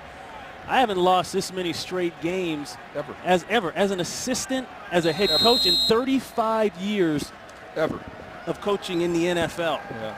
2 Super Bowls there as head coach with the Denver Broncos. And they overcame a lot today, Ronnie, because they tried to give this game to Seattle with some of those mistakes they made, but they showed great resilience. They made plays when they needed to make plays. They ran the ball effectively, which has been a problem for them this year. When they needed to come up with sacks and stops on defense, they did, and they should be very, very proud of themselves today and the effort. Mike Shanahan should be proud of the effort that his team gave today. So the Redskins will go to 4-7. They'll go into a tie, move into a tie with the Philadelphia Eagles, who lost today to the New England Patriots. That game actually with 32 seconds left, but that one academic. We'll be back to wrap things up here in Seattle right after this.